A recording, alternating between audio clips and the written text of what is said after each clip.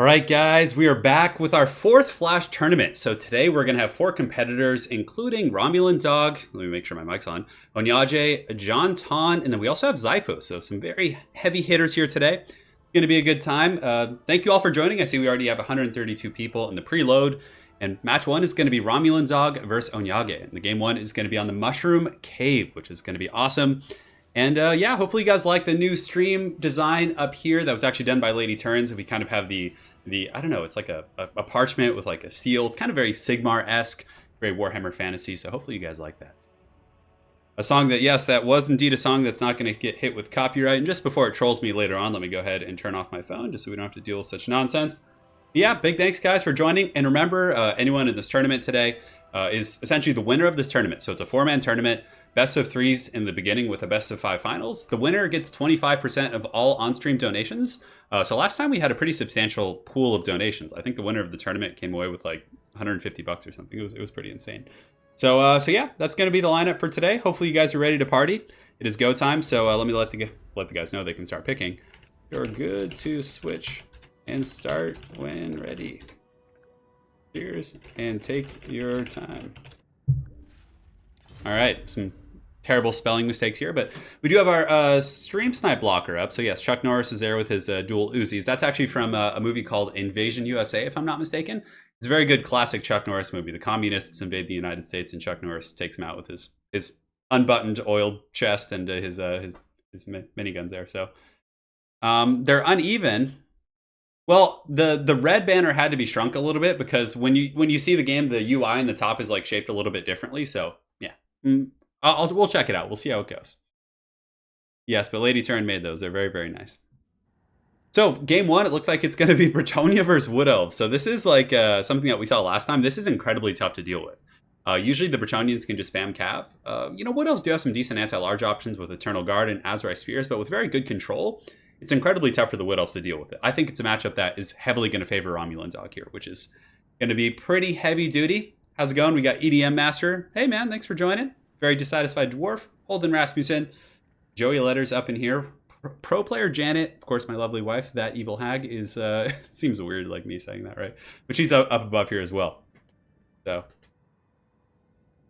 Yes. It is time. I feel like we're probably not going to see Mel Gibson. Onyaje could pull something weird, kind of weird out of his bag of tricks. But I have a feeling... The problem is with the density of Bretonnia. So when you have like all these there's just massive numbers of heavy cav, which you typically see in this matchup, the Prey of Anathrama isn't really terribly cost effective because you're going to see like 4 or 5 Knight Errants, you're going to see like Questing Knights, just all kinds of stuff. So Doma, thank you for the donation of 10 euros. Really appreciate it, man. And yeah, again, 25% of donations do go to the winner of the tournament. I usually send them a couple days after on PayPal and everything. So big thanks, guys. Really appreciate it, Doma. You were the first one starting the train today. And yes, of course, Ainsley. I still am not used to that, but I feel like it would be a little bit. Yeah, I feel like we got to keep him at this point. He's such a staple of our streams. But yeah, I got the shave going on. We're good. Yeah, Onyaje is very good for sure. The last time I saw Onyaje play it's been a while. He actually did a best of 5 or best of 7 or best of 5 on my channel. God, it must have been like 6-7 months ago against Gabo King, and he actually won 3-1 against Gabo. He is a very, very good player. Granted, he said he hasn't played in quite some time, so I think he took a little bit of a break from the game. But it looks like he's making his way back just for this tournament, or I don't know if he's been playing a lot lately, but yeah. Yeah, I'll try and get Italian Spartacus over here for one of these. That'd be pretty fun. I mean, he lives close to me, relatively speaking. He's about 30 minutes away. I think it'd be a lot of fun to cast with him, for sure. Yeah. Yeah, absolutely. Yeah, Onyaje is a very good player. But this is a matchup... I mean, Romulan Dog is an extremely good player as well. And this is a matchup that heavily favors Bretonnia. So it looks like they're checking. Yeah, they're just still picking their armies here. But, I mean, the Wood Elves could throw a wrench in things. It'd be really interesting to see Onyaje go with, like, a Death Star style build. Just go with, like, Durthu, a Tree Man... stack up Treekin, and Treekin are one of the hidden gems, I think, against Bretonnia because they're high mass. They can absorb the cav charges pretty well. And then you could stack Azrai Spears on top of them to give you the anti-large and the trees, and you just put like one missile unit in the middle to keep your opponent honest. You can go with Hawk Riders. Hawk Riders aren't bad either. They have really good AP and melee. You don't want to rear charge against Grail Knights, but they're pretty good against like lesser Knights, like Knight Errants and things like that. So There's quite a few options for sure. Today's competitors are going to be Romulan Dog, Onyage, we got Zyphos, and John Tom. So John Tom and Zyphos are going to be playing in the next game. Yeah, so this is the first game of the day for anyone joining. You guys are not late. It is perfect timing. So yeah, just to appease my OCD here, I'll double check the scoreboard. So the red score, that's the red scoreboard. Let me see here. I can make it a tiny bit bigger. Yeah, that should be fine. There we go. Now they're somewhat more even. I fixed it. Yeah, I could grow a stash, but no, I've tried growing mustaches. You can ask Anna. It never ends well. I've always had pretty poor mustache play for sure. Yeah, we are doing the 25% prize pool. So any donations, like I said a little bit earlier, are going to be going to the winner. And last week, I think Soothsayer won quite a bit. It was like over 100. It was like close to $150. Get over, maybe over or under a little bit. I can't quite remember, but pretty awesome stuff for sure. No, the Mushroom Cave. It's a small map. The Mushroom Cave is a very small map, but it's not necessarily a bad map. It's a little more narrow than some, and also for this tournament and all the Flash tournaments that we do every week, it's a blind pick format. So these players sent me their factions beforehand. So you can't switch on each other. They just send me. They have to go to the ones that they sent me before the match. So it's completely blind pick, which is how I think ladder should be. I think it'd be a lot more fun for sure. Competitive disadvantages. I don't know. The High Elves. For me, it's always a little bit tricky in the infantry department. I feel like they have okay monsters as well as cav, but yeah, I don't know. Their infantry are a little bit tricky for sure. But yeah, I mean, High Elves are good. After they got their DLC with the Queen and the Crone, I feel like the High Elves can pretty much hang with anyone. So yeah, absolutely. So it's just my 2 cents. I think High Elves are good. I think they're not like on the higher tier of factions, but they can certainly compete with anyone. They have a pretty substantial toolbox at this point. Yeah. Yeah, you're hoping it's mass peasant mobs. Well, I don't think we're going to see that. So, yeah, I mean, you can see the Mushroom Cave is a small map, but there's plenty of areas for, like, to work around with cav, but there's also some natural terrain blockers. So if the Wood Elves wanted to, like, Helm's Deep right here, that's honestly what I would think about doing, like, playing Durthu and Treemen and just getting, like, the Hawkeyes or Jakira, and then just sitting, like, right here and forcing the Bretonnians to swarm you. I mean, honestly, you got to do what you got to do. It is a very tough matchup, but I do like this pick over here, actually. So let me go ahead and turn off the screen blocker. Chuck Norris is, he's paid his due, so he's out of here. I'm not going to forget. So for the armies of Romulan Dog, and it looks like everything on the scoreboard is correct. Yeah, looking pretty fresh there. So for the armies of Romulan Dog, he does have a lot of heavy cav. He does have a couple groups of Knight Errant, so it looks like he has a Mounted Yeoman, 2 groups of the Mounted Yeoman archers, and the Wood Elves might be a little bit afraid to bring archers simply because of the pressure from the heavy cav, but Mounted Yeoman can do some okay poke against lightly armored targets. Obviously, any and most Wood Elf cav will pretty much outclass him. Not cav, Wood Elf missile units. On top of that, he does have a fair amount of Knight Errant, so it looks like he does have 2 groups of the Knight Errants here. He has Grail Knights, and then I believe he has the Defenders of Fleur de Lis, which are Knight Errants, and then Grail Knights, and is that another group of Knights of the Lionhearted? So a ton of cav, the straight up Rohirrim build, which is very tough. I mean, if Onyage is able to handle this pressure, I'm going to be really impressed. I haven't seen anyone really do terribly well in this matchup as the Wood Elves. The entire front line of the Bretonnians is just going to be Men-at-Arms as well as Spearmen-at-Arms. You don't really need much else. They can trade with Eternal Guard, okay. Couple Peasant Mobs and the Fey Enchantress. So pretty good stuff here. I know, isn't it a fancy scoreboard made by the glorious Lady Turin here, so I might actually have to adjust it a little bit now that I look on stream here. Yeah, maybe shift it over a little bit to the left. Yeah, it looks pretty damn gangster. Okay. And for the armies of Onyage, it looks like he does have 1 group of Hawk Riders. Definitely a bit of an underrated armor-piercing unit. They can't take direct fights, but if they can like rear charge enemy cav, they can pin them into spears. Definitely serves some pretty good utility here. He does also have a Spellsinger with Lore of Shadows, just enfeebling foe. For his missiles, he has 2 groups of Way Watchers, which are very good at picking apart heavy cav. It's going to be tough to protect, though. He's got Eternal Guard here, and Eternal Guard, 3 groups of Azurai Spears, and he does have a Forest Dragon as well with the Prey of Anathrama. So he has plenty of AP in terms of the big monsters, but and it's going to be tough to protect against that many heavy cav. Granted, he can totally just park right here, which takes away this entire flank because there is some natural terrain here in the Mushroom Cave. So really looking forward to seeing how he kind of handles things here. But yeah, Lady Turin made the overlay up top there. I might have to adjust it a little bit. I see that it's a little bit off-centered now. That actually looks all right. You guys will have to let me know. Yeah, I mean, if anyone can win this, right, it's going to be Onyage. He's an extremely good player, but Romulan Dog is, one of the best players in the community as well. So it's going to be a clash of the Titans here. I'll let them know they can start whenever. Start whenever ready. And we're going to see what happens. Yeah, this is a really, really tough one. I mean, because look at this. Dryads, lightly armored, relatively speaking. They can be run over by Knight Errants. Eternal Guard, if they're braced, they can take the charge, but oftentimes they're going to be having to relocate. So if the Bretonnian player is really on top of their game, they can simply, catch them in transition, which is really, really tough. I mean, even the Azrai Spears, I don't know, they do have charge defense if I'm not mistaken. Let's go ahead and take a look. So Azrai Spears, yeah, they do have charge defense versus large, but oftentimes, like I said, they have to move to get to where the knights want to be, right? So they're going to be opening themselves up to charges. It is incredibly tough for sure. So, yeah. Yes, I will adjust the scoreboards after the game if need be. But yeah, a couple peasant mobs in the front line over here for Romulan Dog. Definitely going to be getting in there, doing some work. Men-at-Arms have pretty good stats, actually. I mean, 27, 27, or 26, and 26. I mean, against Eternal Guard, they're going to do just fine. So the game is underway. Looks like the Wood Elves are going to be prodding forward a little bit, just, feeling the battlefield out. Probably going to be positioning here. I would totally use these trees. Trees are very inhibiting for like heavy cav and things like that. And it looks like the Bretonnian hordes are going to be moving forward. Onyage is going to be going forward with the Glade Lord. He could get some free kills potentially, maybe just go after some of these men-at-arms. Mounted Yeomen are going to be pushing forward as well for Romulan Dog. Probably going to be poking after this Glade Lord right here, trying to get some of those goodies. But the Dragon is lurking nearby. Here comes the first of the skirmishing shots. Looks like it's going to take out one of those Mounted Yeomen. The other one does endure that.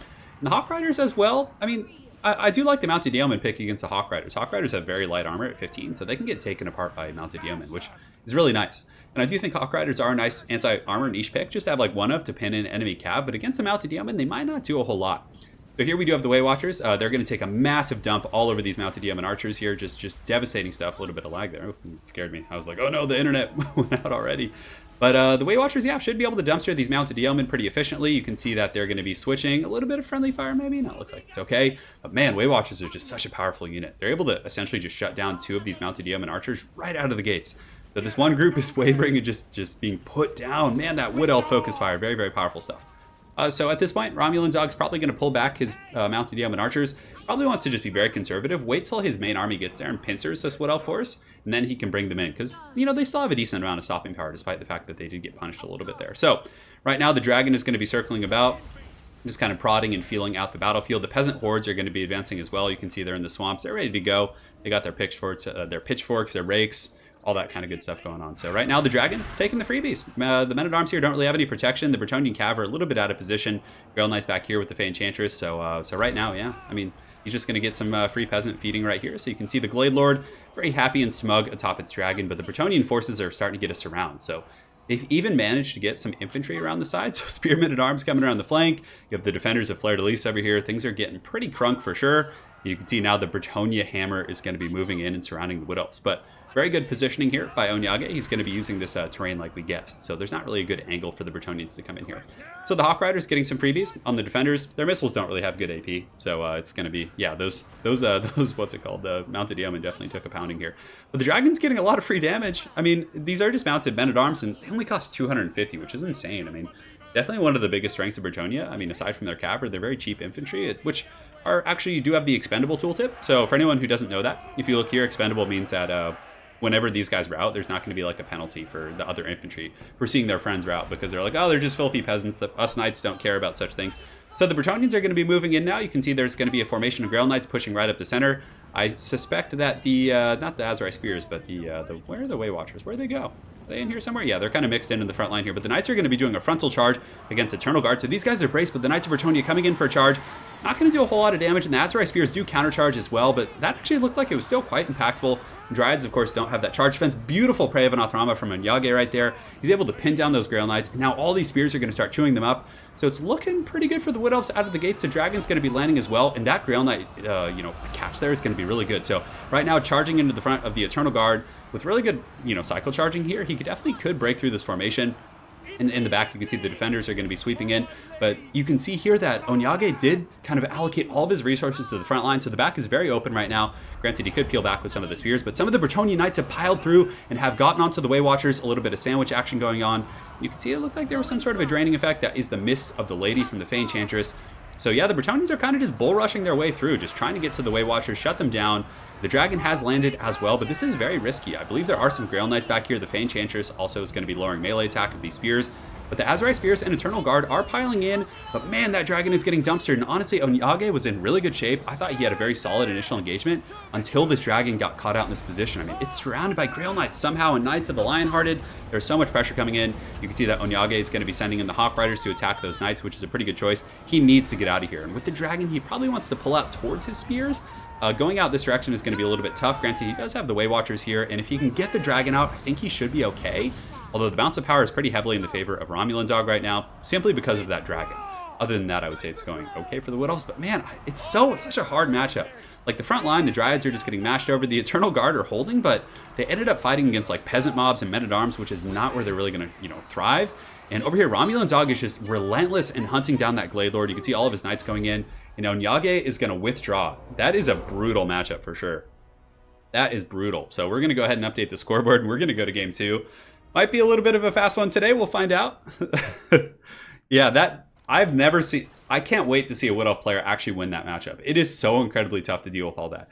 The initial engagement was okay, but once the Knights just like bull rush in, they have enough mass to just like push through your spears. I really don't know, other than maybe going with like a heavy treeman build, what they could possibly do. So yeah, we're gonna go ahead and update this real quick for the scoreboard.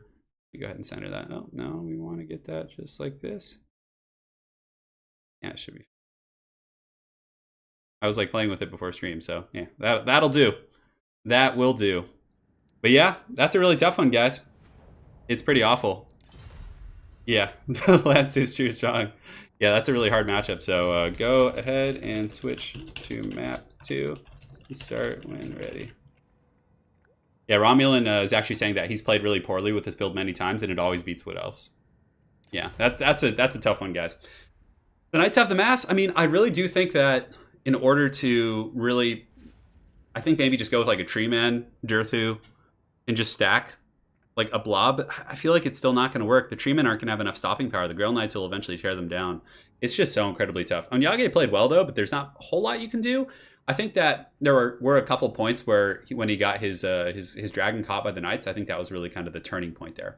So game 2, it looks like we're going to have Skaven versus the Empire on the Altdorf outskirts. Maybe? Oh no, it looks like he's still switching his factions. I haven't checked the pre. I usually check right before the game starts. But let me go ahead and get Chuck Norris up to make sure there's no stream sniping here, and we'll do it. We'll do it to it. We got Chuck. He's ready. We're good to go. So, what am I missing here? Is Anna saying she wants something changed with the scoreboard? Drag the red one a little to the left and enlarge it? Okay, you got it. You got it. All right, red score, and we got the red scoreboard. Hold on. And we'll enlarge it a little bit. The red player score. The name. I'm a technology guru here. Look at that. Beautiful, beautiful micro on that scoreboard shift. I would have to say so myself. Hopefully it's in the right position now. But looks like we're going to have Beastmen versus Skaven. Definitely a good matchup. I had to say, I don't know. It's Beastmen have a lot of good options for chasing down the Skaven tools. Harpies are pretty good. Centaurs. There's just so much the Beastmen can do. But again, the Skaven with Liber Bubonicus, if you had Lord Skrulk and the Rod of Corruption, like he can literally solo like massive herds of low-tier Beastmen infantry, and the Liber Bubonicus is really, really good at taking out lords like Kazrak. Even against Morker, they can burn him down pretty quick, so I'd say it's a pretty good matchup. I don't know if I would say that there's a particular favorite, but yeah. Yeah, hard to say. No, those gentlemen aren't in the tourney, Monty. Perhaps they will be in future weeks. Goblin King was busy today, unfortunately. So, he's actually playing Chaos. Let me go ahead and check what his pre-declared factions were. So, we're going to go check and see what Romulan Dog has sent me.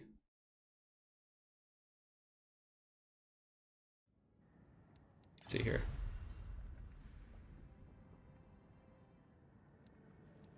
Okay, so Romulan Dog is on Beastmen, which is correct. And Onyage is on, I think Onyage should be on Dark Elves. So let me go ahead and check here.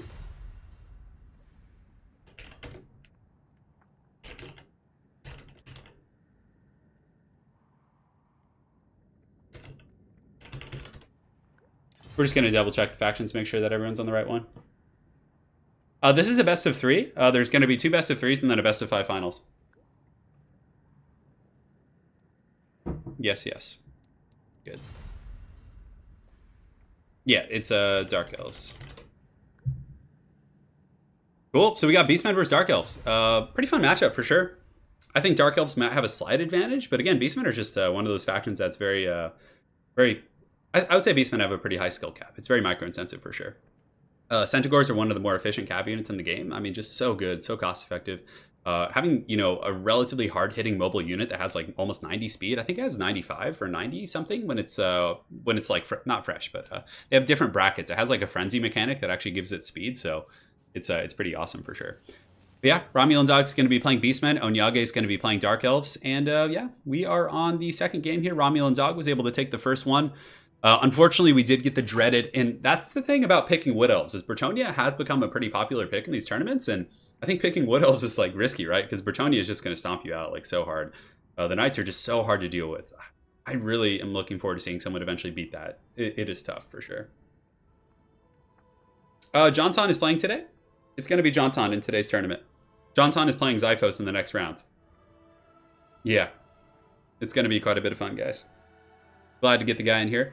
Hey, Jerry Tierney, thank you so much for the donation of the €5. And again, now that we have a pretty substantial pool of people here, 25% of all on-stream donations, so whatever you guys throw my way during the stream, 25% of that is going to be going to the competitors. So Romulan Dog or Onyage or Zyphos or Jonton, whoever wins the tournament will get 25% of those donations. So again, big thanks, guys. Really appreciate it. Jerry, you are contributing to the multiplayer community, man. So thank you so much. And we're getting there. I know. I hope it goes to game 3. That would be pretty fun for sure. Romulan Dog with the Beastmen, he has a style of play. So if Onyage has done his homework and taken a look at the style, you could probably guess what he's going to bring. Hey, King Ajazal, thank you so much for the $2 donation. He says, thanks, Anna. Good luck to all. Is it pounds? Oh, I missed it. Sorry, it was pounds. Yeah. Hey, King, thank you so much, man. Thank you so much. Oh. Yeah, Zyphos is also a very good tournament player. I'm sorry, the symbols just... Because my second monitor is actually on my laptop, which is a pretty small screen, so it's also offset to the side, so it's not like directly in front of me. Like, I only have one big monitor, so I have to kind of like glance at a distance, which is a little bit tough. So yeah, boy, yeah, tough, guys. It is tough. So yeah, Beastmen versus Dark Elves. I don't know. I wonder if we're going to see Chariot play. Dark Elves do have a lot of options since the Queen and the Crone. I mean, Sisters of Slaughter can definitely do a ton of work against Beastmen infantry, but even lower tier Beastmen infantry like Warherds and stuff can really do a number on Dark Elf light infantry. Granted, Dark Elf heavy infantry can just mulch through any of the Beastmen stuff. But Beastmen have Centaurs with great weapons. Sons of Goros. Harpies are pretty good for chasing down like skirmisher units. So if you have repeater crossbows, you could just chase them with Harpies and Hounds. Beastmen are really good faction against missile factions. So I think if you're going to have heavy missile play, it's tough to play against the Beastmen. So many Hounds, Centaurs, things that just make it so tough to keep a stable missile line. So I think that we probably won't see too much missile play from Onyage. Maybe a couple Corsairs with handbows. They're a pretty safe pick because they're durable in melee. They can kite. They can deal with Centaurs pretty efficiently. I think that might be something that we do indeed see. I believe Zyphos is from France. I'm not sure. Yeah. Yeah, I believe so. Yeah, boy. Yeah, I'm glad you guys like Chef Ainsley. He's become a nice touch on the channel. We actually just had a very kind gentleman describe. You guys will see it on Monday or Tuesday, but we have a new channel outro thing on our videos, which is really cool. And Ainsley is on there as well. Yeah, dwarves can do well for sure. I mean, I've seen Gobbo King pull off some really cool wins with dwarves as well. I love dwarves myself. Yeah. Oh look, right as I mentioned Gobbo King, he appears in the shadows. He just appears from the darkness. Yeah, it's gonna be good. All right, when ready. So yeah, right now Romulan Dog's up 1-0, guys. Thanks for joining. Hope you're all doing well. This is going to be every Sunday. So whenever you guys are free, tune in. We're gonna be doing this every Sunday. It'll either be at 12 noon California time or 12:30 Pacific Standard Time. So it's always going to be in that window. But we're going to try and do it next weekend. It might be on Saturday because Dov Plays is hosting a tournament on Sunday, and he mentioned, yeah, that was the only day he could get off, so I didn't want to have that overlap with his stream. So we'll probably be doing this on Saturday next week, but we'll see. Yeah, Dark Elves versus Beastmen. This is going to be a fun matchup for sure. Romulan, he always does this same style of play with the Beastmen. It just every week you see him bring it out. Well, every time he's been on this, he also used it in Everchosen, I think, multiple times. I'm pretty sure he was undefeated with it. He might have had one game taken off him. We got Maximus coming in. Keep it rolling, turn. I will. Maximus, thank you for the donation of that's 10 euros, right? I'm learning the symbols, guys. Hey Maximus, thanks so much, man. Really appreciate it. Yeah, oh yeah. It's time. Okay, Chuck Norris is I'm gonna wait till I load in because sometimes when I minimize at this point in the game, it sometimes crashes it, which would be a huge bummer. That'd be super annoying because then they got to repick their armies and everything. So we're going to minimize. We are going to go to the stream and we are going to get rid of Chuck Norris. Spicy meat. He's gone now. You guys can see the armies. Let me see how it looks here. The Blood Bowl match for the Wild Hogs League is going to... I have it scheduled for Tuesday. Unfortunately, the gentleman I'm playing against isn't available on weekends, so we're going to be playing on Tuesday. Yeah. All right, guys. So we're going to be taking a look at the Beastmen armies here for Romulan Dog. So... Mass Vanguard. That's the way he likes to play, just fast and dirty. He has 2 Harpies. Harpies do, of course, have Vanguard deployment. You can see he's going to have them up here ready to chase some of these Elves. Then his entire front line is going to be Ungor herds, and on top of that, he has 2 Gore herds. So not a terrible amount of substance in the front line. Definitely going to be looking to get his value from the Centaurs. He does have 3 Centaurs with Great Weapons. One of them is going to be the Sons of Goros, which are a pretty solid unit. These bad boys definitely much better combat stats than standard Centaurs. They also have Guardian. They have pretty good armor piercing damage, 34 weapon strength. Definitely not a joke of a unit. Kazrak One Eye. So Kazrak on his chariot now can Vanguard. It wasn't something that was like that in the past, so definitely looking forward to seeing his play with old Kazrak Pimp Eye over there. But yeah, just kind of a masked Vanguard Beastman army. He does have Pit of Shades as well as Enfeebling Foe and Melkoths on this Bray Shaman with the Lord of Shadows.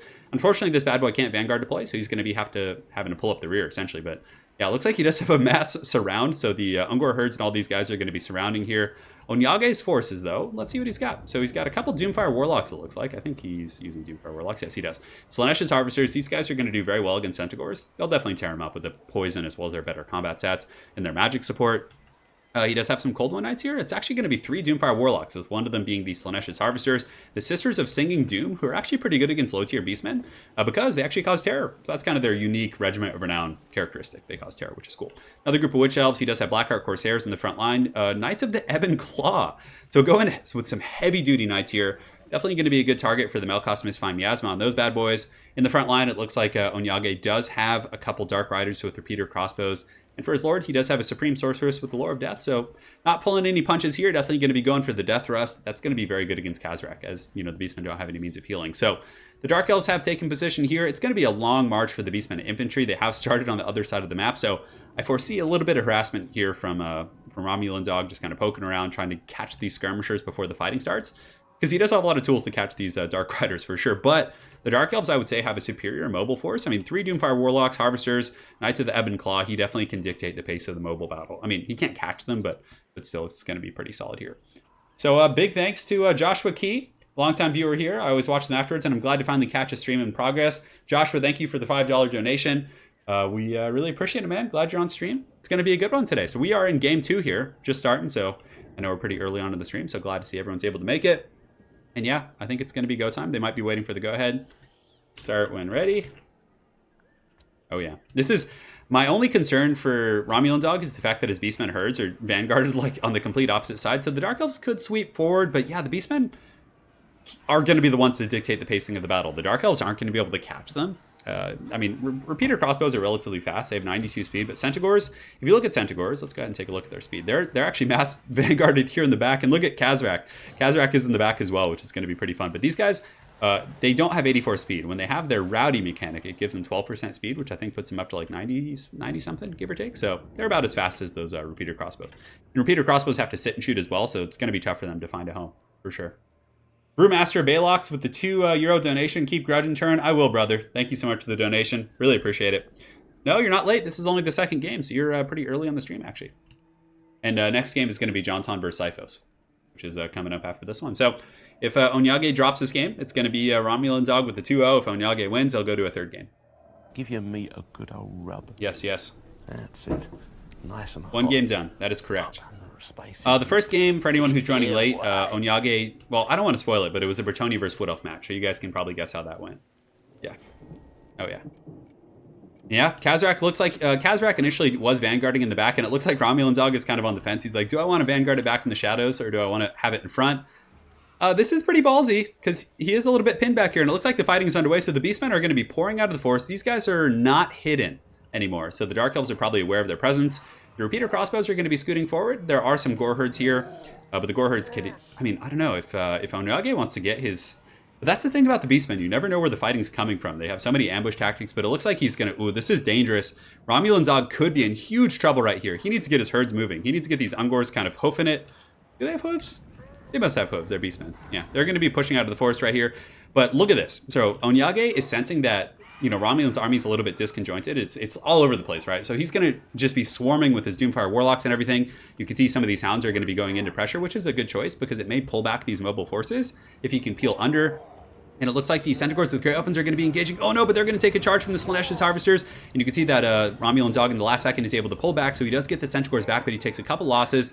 And it looks like the Repeater Crossbows might be taking a melee engagement with those hounds just to try and pick them apart. But now the huge wall, the Ungor herds are just piling in, and the counter charge from the Beastmen. They're able to get a Melkoth Mystifying Miasma on the Slaanesh Harvesters. There needs to be a response very, very quickly here from the Dark Elves, or things are going to get pretty crunk for sure. This is a big loss. Slaanesh Harvesters are a very, very expensive unit. Over here we have the same thing. The Doomfire Warlocks get pinned down by the Harpies from Romulan Dog, as well as the Brave Shaman with Lore of Shadows. You can see the Ungor herds are going to be piling in as well. So this is looking pretty grim right now for the Dark Elves. Having lost the Slaanesh Harvesters, these Doomfire Warlocks are putting up a decent fight, but so far it's a very, very one-sided affair here. The Dark Elves having lost quite a bit of stuff. So the Supreme Sorceress with the Lore of Death is going to be moving in. You can see the Darkfire Warlocks. The Dark Riders are able to get supported by the Knights of the Ebon Claw, and they're able to take out the Harpies. So there is some give and take here. Dark Elves definitely have the advantage in the infantry fight. Corsairs will trade very effectively because of their armor. He also has the Sisters of Singing Doom, so he might be able to outlast him here. The Supreme Sorceress looks like she's going to be popping Fate of Buna right here, most likely on the Sons of Goros, which is going to do quite a bit of damage, but he needs to make sure he doesn't get wrapped up. Kazrak with the Pimp Charge right there, doing some heavy damage to the Supreme Sorceress. She needs some help. Those Knights of the Ebon Claw need to get over there and just free her up. Otherwise, that could potentially be game if she goes down. In the main fight, though, the Blackheart Corsairs trading pretty well. Sisters of Singing Doom and the Witch Elves, I believe, are engaged right now. In the back, the Dark Riders with Repeater Crossbows are being chased by just hordes and hordes of Harpies. And some of these Doomfire Warlocks are able to rally here, and they'll definitely win in one-on-one combat versus the Great Weapon. So these Repeater Crossbows need to start shooting. It looks like a Soul Stealer going down right there from the Doomfire Warlocks, which is going to be nice. It looks like the Dark Elves might be rallying a little bit. We certainly have a game on our hands. A lot of Beastmen reinforcements are coming in, so they could potentially just overwhelm them here. Oh, but if the Witch Elves can actually rampage Kazrak, that would just be so bad because Kazrak would probably just get massacred. The Knights of the Ebon Claw are going in. Heavy armor-piercing dinosaurs here. Going to be doing some good work if he gets rampaged, but it looks like Kazrak might be able to squeak away from that, which is nice. Some Repeater Crossbow fire is finally online for the Dark Elves. It looks like it's putting some good pressure on the Harpies here. The Harpies down to 33 models, but Harpies are just such a good unit for chasing down skirmisher units because they're actually pretty good in combat as well. So Harpies have landed right here, taking some Repeater Crossbow fire from two angles. Nonetheless, they should be able to help deal with these Repeater Crossbows. In the mainline fight, though, it looks like the Beastmen are having some problems. So Romulan Dog falling in the Bounce of Power. It looks like Onyage is pulling this game back after a very rough initial engagement. The Witch Elves are just doing a ton of work, mulching through. They actually rampaged. It did massive damage against the Brave Shaman with the Lore of Shadows. Kazrak trying to get in with his chariot, go after the Supreme Sorceress, but Onyage is warmed up, he's ready, he's watching, he's going to be pulling back with the Supreme Sorceress, potentially getting another Spirit Leech or some sort of effect right there on the Kazrak One Eye. So the main fight definitely going pretty well for the Dark Elves. The Knights of the Ebon Claw doing a ton of work, racking up an erect 90 kills. The Witch Elves, and where are the Sisters of Singing Doom? So they're at 85 as well. So the name of the game for the Dark Elves is the Infantry Fight. The Witch Elves definitely doing very well. And Kazrak's a little bit compromised. Slaanesh Harvesters definitely a little bit beat up, but he's a chariot, right? He's not going to be a specialist in this regard. The Harpies are going to be swooping in, trying to free up Kazrak, but at this point, I think the Dark Elves have too much of an advantage in the infantry fight. I don't see the Beastmen with Centaurs and their very tattered leadership here going to be able to do much. I don't think so. Knights of the Ebon Claw sweeping in. They do get hit with the Melkoth Mystifying Miasma, but they got 96 kills. They're just going to chew up this Brave Shaman. So very cool stuff here from Onyage, seeing the Knights of the Ebon Claw being used to very great effect. I mean, a lot of people ask about their role. Well, here it is, boys. So right now, it looks like a pretty massive advantage for the Dark Elves. You can see despite losing those Doomfire Warlocks early, he was able to rally with his infantry, get some really good picks, and even stabilize these Dark Riders. The Dark Riders were constantly being pursued, but Onyage had really good micro with pulling them back, getting them into position, picking off the Harpies using crossfire tactics. And that's going to be it. Yeah, that is going to be it. What a game. So right there, despite that rough initial engagement, the mass vanguard from Romulan Dog was taken out by the Dark Elves there. So the Witch Elves and the Corsairs just did a ton of work, and the Knights of the Ebon Claw rocking 101 kills. That was some great play right there from Onyage. So we do have a series on our hands, so let's go ahead and change the scoreboard here. And they're going to be going to game 3 here. So let me go ahead and center this because it's bothering me. And there we go. Cool. We're good. We did it. Showtime, boys. All right, game 3. GG. Game 3. Romulan Dog is saying he's like, I guessed the wrong side. So he was trying to figure out like what side he was on for the mass deployment there. But there was that issue, right? Romulan Dog's forces were a little bit out of position and they had to run. And the Dark Elves really pushed the tempo of the fighting. So that was pretty crazy for sure. Yeah, the Beastmen Vanguard was pretty cool. Yeah, Onyage played really, really great there. And they're in game 3, guys. This is a best of 3. The finals are a best of 5. So whoever wins this will then go to play the winner of Jonton and Xiphos. So we got another. Yeah, the infantry worked really well. It was super solid. So I know Onyage is going to be playing Chaos. Let me go ahead and get Chuck Norris up to screen block here. So we'll get this to make sure they don't stream snipe each other. I trust these guys. They wouldn't, but still just out of principle. So Onyage is going to be playing Chaos. And then we do have Romulan Dog is going to be playing Chaos as well. So it's a Chaos mirror. It's a Chaos mirror, boys. It's happening. Romuage. What is that? Yeah, guys, it's happening. And remember, to all of you guys who donated, big thanks. Also, 25% of on-stream donations do go to the competitor, so it helps to pay for their time and their training. So yeah, 25% of all donations will be going to the competitors. So this is the 4th week. The 4th week of the Flash Tournament series. We've had it every Sunday, which is pretty cool. I like the consistency of all that. Yeah, so I hope we see the Mirror Guard fighting each other. That could be fun for sure. I hope they pick different lords at least. That really helps for like differentiating things, which is going to be pretty fun. So no, not mirror matches. It's so troll commenting mirror matches because like you have to look at the trim on the flag, and sometimes like when you're making a cursory observation, it's very tough to like catch that. It is a chaos mirrors are actually pretty fun though. Yeah, Xiphos it is. Xiphos it is a chaos mirror match. Yeah. Double Shaggot smash. Oh god. If we just see like 6 Shaggots on the map right now, like Kolek and double Shaggot for both of them, I'm gonna be so sad. I'm gonna be so sad. It's clearly chaos. Kolek on Kolek action. I can foresee one of them bringing the Warp Chicken. Maybe a Chaos Lord on a Dragon as well? I don't know. Kolek's probably the best pick here though, I think. Like just objectively as like a safe pick, I think he's probably gonna be the best one.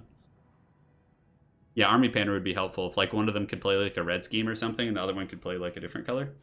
Hell Cannons. I actually played someone on ladder the other day who brought triple Hell Cannons against me. That was pretty ridiculous. Yeah, I mean, there are different color flags. You guys will see. The flags for the 2 armies actually have like a little bit of... One has a gold trim and one has like a reddish trim to match the balance of power, but it's still tough. Oh, God. Yeah, you can tell from the color of the health bar, like Glass Cannon is saying in chat, but it's still relatively tough. No, please don't spam Mass Shack. Just these big ogres like beating each other. Just like the most primitive like matchup possible. Oh, hey, Jason Dene. Jason Dene. For the mirror match. Hope to see the KFC Lord. Well, thank you so much for the donation of $19. Just coming in hot. Really appreciate it, man.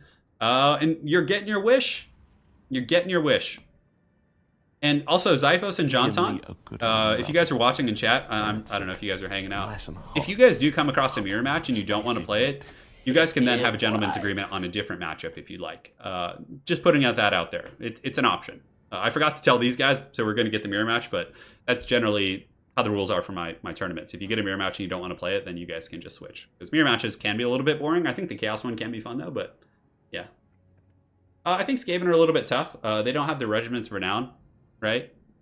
So I think they're a little bit harder. Mark Runyon with the $10 donation for bringing Onyage in this for one of the for bringing Onyage in for this one and Romulan's Mass Vanguard. Thanks, Turin. You're welcome, Mark, and thank you for the $10 donation, my dude. The pool is growing. The stakes for these competitors rises with each donation. So thank you guys so much. We're getting there. Oh god. When you line up 2 Mirror Guard in front of each other, you can see infinity. Probably true. Oh man, Romulan's army is pretty cool. Oh yeah, he's not pulling any blows. I don't want to spoil anything. Chuck Norris is going to safeguard the secret, but it's quite an army, to say the least. Yeah, Lady Turin made the overlay. Yeah, she designed that last week, so I think it's cool. It's not like obtrusive. It doesn't like cover too much and like take up the whole top side of the screen like last week's, and it's also like Warhammer themed, right? It has like the wax seal of Sigmar and the parchment and all that. So. Yeah. We'll see. We will see. Time, guys. I'm going to grab some water real quick. I will be right back while these guys do their thing. I'll let them know they can start when they're ready.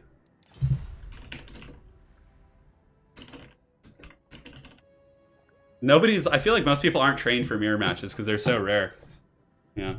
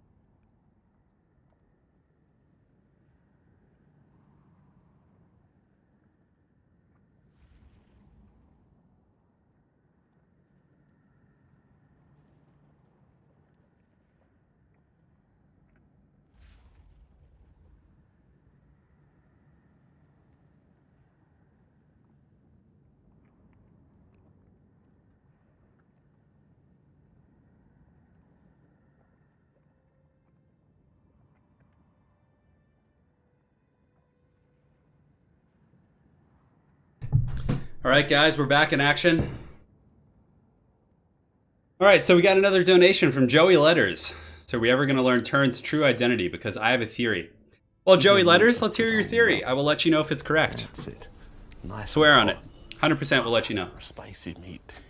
All right, we're on the Pillar of Bone. One of my favorite maps, actually. I think it's one of the more OG maps, greenskin map from Game 1. Very well balanced. I just like it. I think it's solid. It's clean looking. It's good. I don't think there's a bounty on 500 likes right now. Because last week we had a gentleman who said, I believe it was Farragon, who said he would donate like $200 if we got to 500 likes. I don't know if he's in chat. That's a pretty steep bounty to offer every week. So I do not blame him. All right, guys. We're here for the Chaos matchup. So for the Forces of Chaos, or more specifically Romulan Dog, he has an entire front line of Chaos Marauders, 2 groups of Chaos Trolls, looks like 3. So 3 Chaos Trolls coming in hot. These guys got their clubs out. They're ready to party. Definitely going to do some smashing on standard Chaos Warriors, so I like this quite a bit. He does have Aspiring Champions mixed in with the front line, a Chaos Sorcerer with the Lore of Death, so Spirit Leech and aspect of the Dread Knight, Kolek, and the Summoners of Rage, so a very brutish army.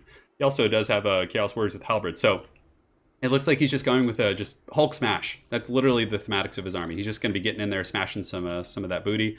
I don't know, we'll see how it goes. He does have a couple Marauders as well, just standard Marauder Horsemen, so he's not looking to bring down big targets with these Marauders. These are just the standard variant, so these guys are going to be essentially just going after, they're going to be going after, you know, the skirmishers for the enemy forces. Granted, they'll be very good against Dragon Ogres and things like that. They don't have the armor piercing with the throwing axes, but yeah, Romulan Dog getting in there with the Chaos Trolls. He does also have the Marauder Horsemen. Things are going to get pretty crunk.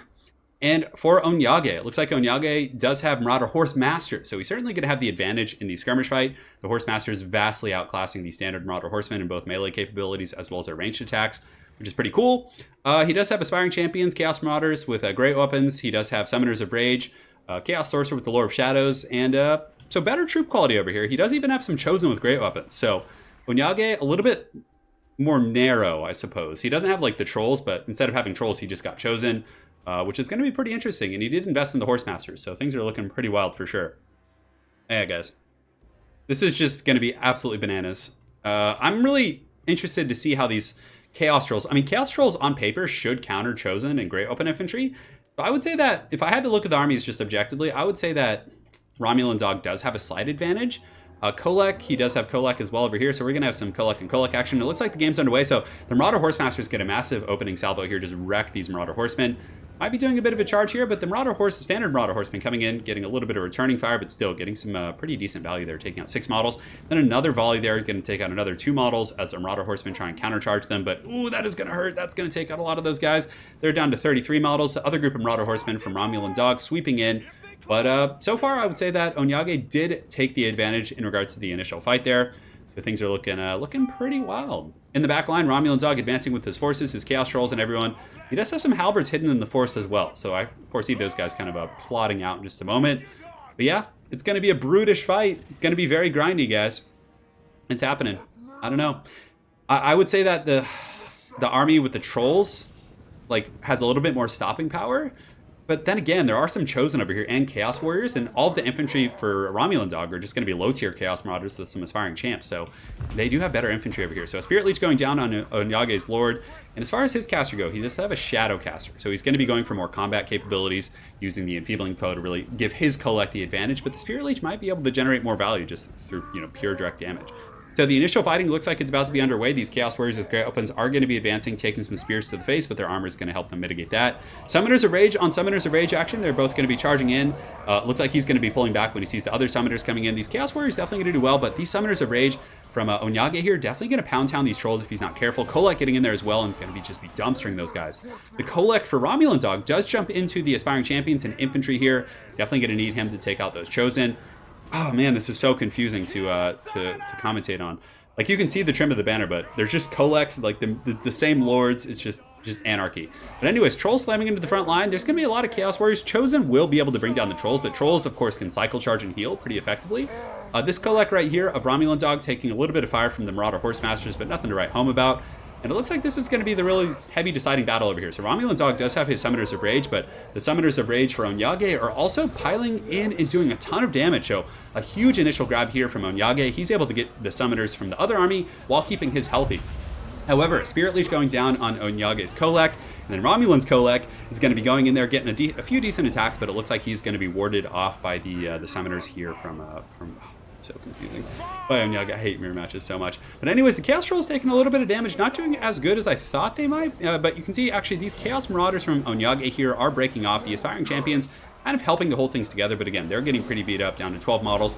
And the Chaos Trolls are relatively mobile, so he's able to get the Trolls kind of stick and move them. And you can see they're going to be working on these Chosen, but man, these Chosen are just not being moved. I mean, even though they're getting clubbed by the Trolls, they're winning that fight. Chosen are just such a powerful unit. So over here, it looks like Kolek's going to be pulling back with his Summoners, and this is a good play because he might be able to force Romulan's Kolek out into the open, but Romulan, of course, is privy to that. He's going to be careful. He's staying near his Halberds, and he has also used Aspect of the Dreadnought on his Halberds, which is going to give the Terror Route. Now, of course, that won't do anything against Kolek, but against the low-tier troops, the Aspiring Champions, are they not immune to Psychology? I guess I could have sworn they were, but it says they're terrified right now. Maybe Aspect of the Dreadnought has some sort of a different weight. But the Chaos Troll's getting a little bit beat up here. They're going to be pulling back, which is a good idea because they still have a fair amount of models. They have 6 and 8 here. They could definitely heal up and get some pretty good value. It looks like a Vortex spell is going to be going down right here on the Chaos Warriors of Onyage, and it is going to be the Chain Lightning from the Summoners of Rage. So the Summoners of Romulan, as well as his Kolek, in here fighting the enemy Kolek for Onyage. Aspiring or Chaos Marauders pushing back in here. Some Overwatch fire from Marauder Horsemasters as well, poking down the unarmored trolls, which is quite nice. And Romulan is going to be pushing in with his Marauder Horsemen just to try and buy himself some time. But the Kolek of Onyage is very, very beat up, but he is winning heavily in the infantry fight. Onyage just has Aspiring Champions, he has Chosen, he has Chaos Warriors, and you can see that pretty much all of the infantry and trolls of Romulan Dog are just pretty much out of the picture here. So the Kolek fight is still on. You can see the Lord of the Storm going down on Onyage's forces. So Romulan getting a pretty good cast there. And it looks like Romulan has kind of screened out the enemy Kolek. And he also does have some troops back here. These are actually... But yeah, very, very close fight right now. Bounce of power a little bit in Romulan's advantage. Despite the fact that Onyage has a pretty big advantage in the infantry fight, and that's simply because Kolek. His Kolek is just so healthy. He pops the Scroll of Shielding, but this is an opportunity right here for Onyage to get back in the game. He gets a great charge with the Summoners of Rage, does some decent damage. Onyage also charges in with the Marauder Horsemasters trying to pin him down, and he countercharges with that Spirit Leech generating so much value, but this Kolek is fully surrounded right now. Just Horsemasters, Summoners of Rage, the enemy Kolek's on him as well. Foe Seeker's been popped. If he can get the Kolek a little bit lower here, then I think he could potentially get back in the game in regards to the bounce of power, because that's the only dictating factor right now. Because Onyage is doing very well in every other respect. Although the Aspiring Champions for Romulan as well as Halberds are coming in here, I don't know. It's looking a little bit grim. I think that the Spirit Leech play has certainly pulled him a little bit ahead and has generated more value than the Shadows. Over here we do have a Wizard duel, so you can see that the Chaos Sorcerer with the Lore of Shadows is fighting against the Deathcaster, but his Kolek coming in here doing some pretty good work, and you can see that the other Kolek of Onyage is going to be coming in trying to help out a Shadowcaster, but I think he's fighting a bit of a losing fight here. His Kolek is so low, only 600 HP. He needs to run. He needs to get out of there, get some supporting elements, and another Spirit Leech going down, absolutely brutal. Probably going to break him off the battlefield, if not get him very close to death. But Onyage's not going quietly into the night. He charges in with his Kolek, and the Kolek of Onyage is taken down by that of Romulan Dog. Now Romulan pulls pretty far ahead in the bounce of power. His Trolls coming back in the fourth quarter. So these guys rallying, they healed. They're just kind of an annoying armor-piercing presence here that's doing pretty well. The Chosen of Onyage, though, are still fighting. I don't think they're going to have enough stopping power to kill everything that's left, but Onyage definitely did pretty good in the infantry fight. I mean, he had the Chosen, he had the superior infantry, but I would say the really big determining factor was the fact that the Spirit Leech plus the Kolek from Romulan was able to take out the forces of Onyage. So, very well played. Yeah, very well played. That was a close one. But really, I think the Trolls plus the Spirit Leech play was just really what set it apart. Because again, they both invested an arm and a leg in their lords, right? So whoever was going to come ahead in that fight was probably going to have the advantage. The Marauder Horsemasters were also able to counter skirmish the Horsemen. Get rid of those bad boys. That was pretty cool for Onyage. He was able to secure a bit of an advantage there, which gave him the late game surround. But the Trolls did pretty well. Not a ton of kills, but good armor piercing sustainability. It was a wild game. Pretty hard to cast for sure. The Spirit Leech definitely did it. Yeah. The Trolls were thick as the Dickens. Yeah. A win for Chaos. That was tricky, but I feel like we got there. All right, so let's go ahead and update the scoreboard here. And, where is it? So we got the... Aha, look at that. Fancy, fancy. Yeah, I mean, I think the Trolls were a really cool kind of surprise pick because Trolls intrinsically in Monsters Great Open Infantry are a natural counter against like Great Open Infantry, right? Like especially like heavily armored ones. So his Trolls were able to actually get through these Chaos Warriors with Great Opens and allow the Marauders to actually perform okay. The Summoners of Rage, that was a big part of it because Romulan was able to get the better engagement and get the jump on the Summoners of Onyage. So then he had the Summoners plus Kolek there that really were able to dominate. I mean, yes, you guys get what I'm saying. Onyage was able to kill... No, Romulan Dog was able to kill Onyage's summoners, and the Spirit Leech also pulled him ahead, which was ultimately what took the battle, I think. So Grassy Tiger says, hey, Turin, I finally joined the PC. Let's see, and want to get Warhammer 2 next sale. Give you Game 3 will probably come out in... That's it. I don't know, Nice and late 2019, 2020. I have no idea, actually. Yeah, boy. I'm actually not sure, but yeah, I mean, get it on 2. Start playing. It's really fun. There's going to be more DLC for 2 also, so there's going to be a lot of new content as well. Yeah. Kolek or Kolek, I'm not sure. Anyways, guys. GG2.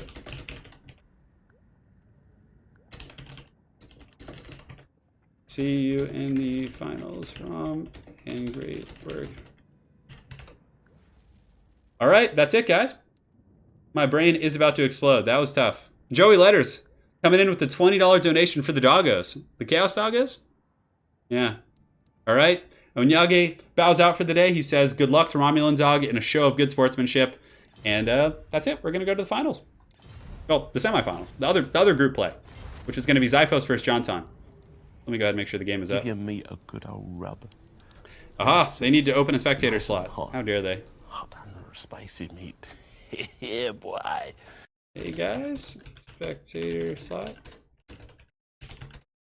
And in the meantime, I can update the scoreboard. So I'm pretty sure Jonton is going to be on the...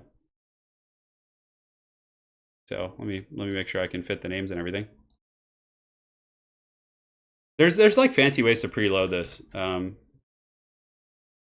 But I think this should be okay. I'm gonna have to. Cool, and no need to. Make sure I get Zyphos' name right. I would feel bad if I spelled it wrong. Like just mangling it all horribly. Ah, look at that, guys. We are in the age of technology. Coming in hot with this this glorious Lady Turn scoreboard. The zeros are off-centered, but it's okay. I can forgive myself this one transgression. Let me make sure they got the... Aha! They got a spectator spot. Oh, valid password. What did they name the password? Am I typing something wrong here? Let's see. Okay, let me find out what the password is, guys. We'll be in just a moment.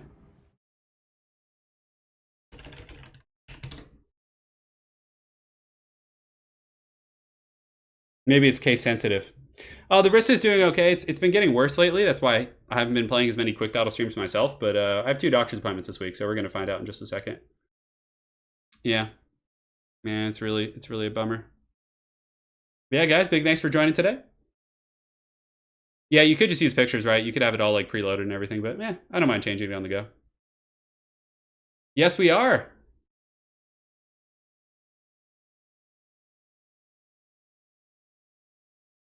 Absolutely. Okay, let me see here. Okay. I'm gonna call Jonton. Hey, John, can you send me the password? Yeah, man. Scorched OP with the capital G, just like you have it in. All right, thanks, man. All right, you guys all know the password now. God. Oh, I gotta hurry. Good thing there's a delay. Oh, it's case sensitive. That's what it is. You guys know the secret password now. All right. So we're in, guys. We're in. And we just need to get Zyphos. Let me hunt him down. And we're good to go.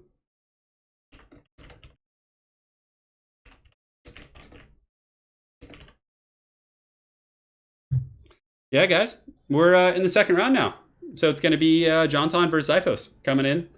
First map is going to be on the Mushroom Cave, so they play the same maps in the initial rounds just to make sure that it's kind of fair play for everyone.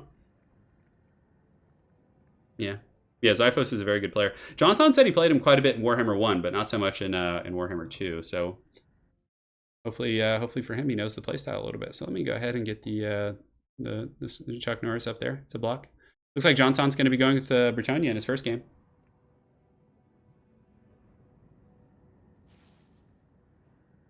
Yeah, big thanks again for the donations, guys. Joey Letters for the doggos. Oh, man.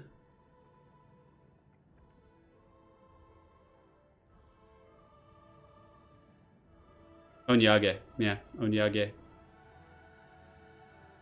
D Bison, thanks for the $10 donation, man. Really appreciate it. Yeah, we got a pretty big crew today. We got 823 people joining. We're about halfway through the stream. Romulan is the Hulk Hogan of the tournaments. Spicy meat. Yeah, I would say that's a pretty good assessment for sure.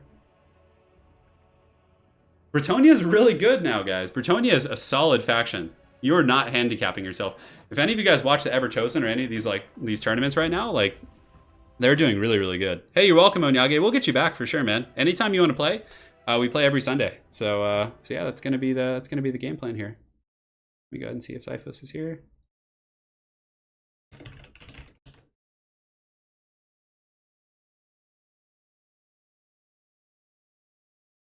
It was case 2.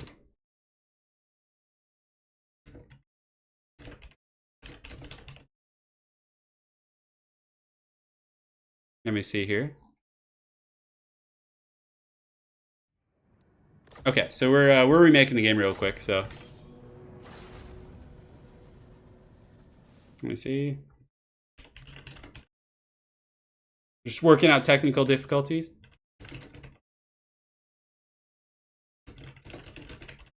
And we're gonna see if we can get it working. And if it doesn't work, we can also have, what's his name? We can have Zyphos hosted as well. Bretonnia's just good. They're a very micro-intensive faction. Like, you have to be pretty on top of your game to be efficient with the Bretonnia. But if you can manage, 5-6 cav units at once, you're going to be a terror in the night. They hit like trucks for sure. Yeah. Oh yeah. Absolutely. Time for some music. You guys want some Beethoven or something? Oh man. Yeah. Thank you so much, D Bison, for the donation, man. Really appreciate it. All right, let's see here if they're able to figure it out.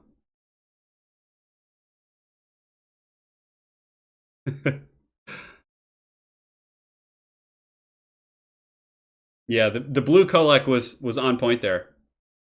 It was doing some serious work. Yeah, we'll see if we can get it figured out here in just a moment.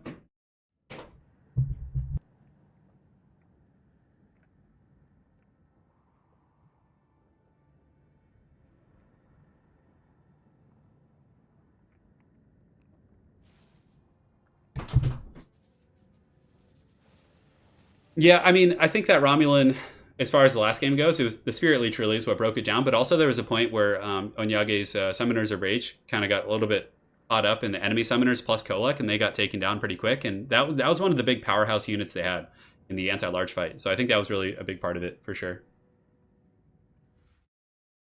Let's see.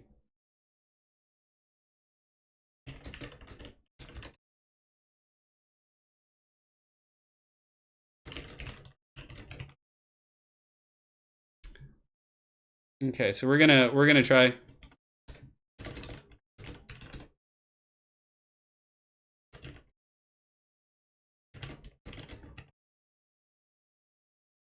Okay.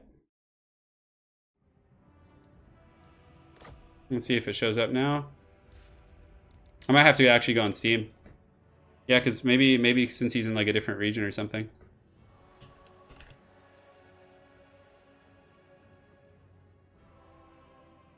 Okay, let's see here.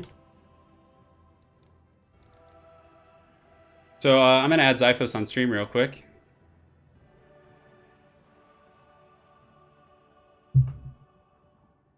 Yes, good, Anakin, good. And yeah, we're gonna see if we can get it going. You worship Kolek in real life? It could be because he's in like a different region. Sometimes that happens. It's a little bit of a strange thing for sure. Okay. Add me on Steam. Kolek is really good, especially against factions that don't have like missile play and things like that. It can be incredibly powerful for sure. Let's see here. Lady Turin just put up a video on her channel. I have a feeling it has to do with Wookiee. I'll have to make sure to go check that out. Okay, so let me go ahead here. The new Steam overlay is kind of like tripping me out.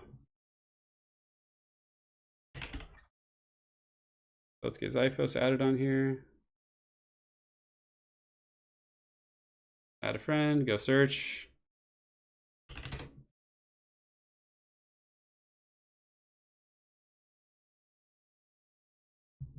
Got a nice Legolas picture. Okay, sent invite, not inv. Apologies for the delay, guys. We'll get things rolling here in a second, and it looks like it's up. So 1, 2, 3. Chuck Norris, need to make sure he's there.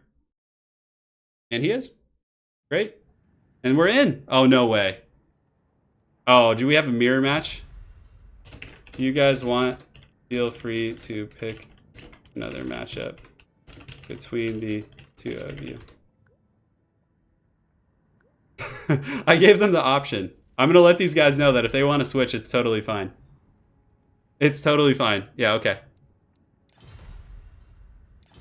Okay, so it looks like it's going to be Dark Elves versus Bretonnia, which is good. I was like, oh no, not another mirror match. Please don't put me through that commentary nightmare. Please, God, no. No, God, no. I like need some moisturizer. Yeah, you could probably use some of that for sure. Johnson is on the correct side. It looks like, yeah, we're good. We did it.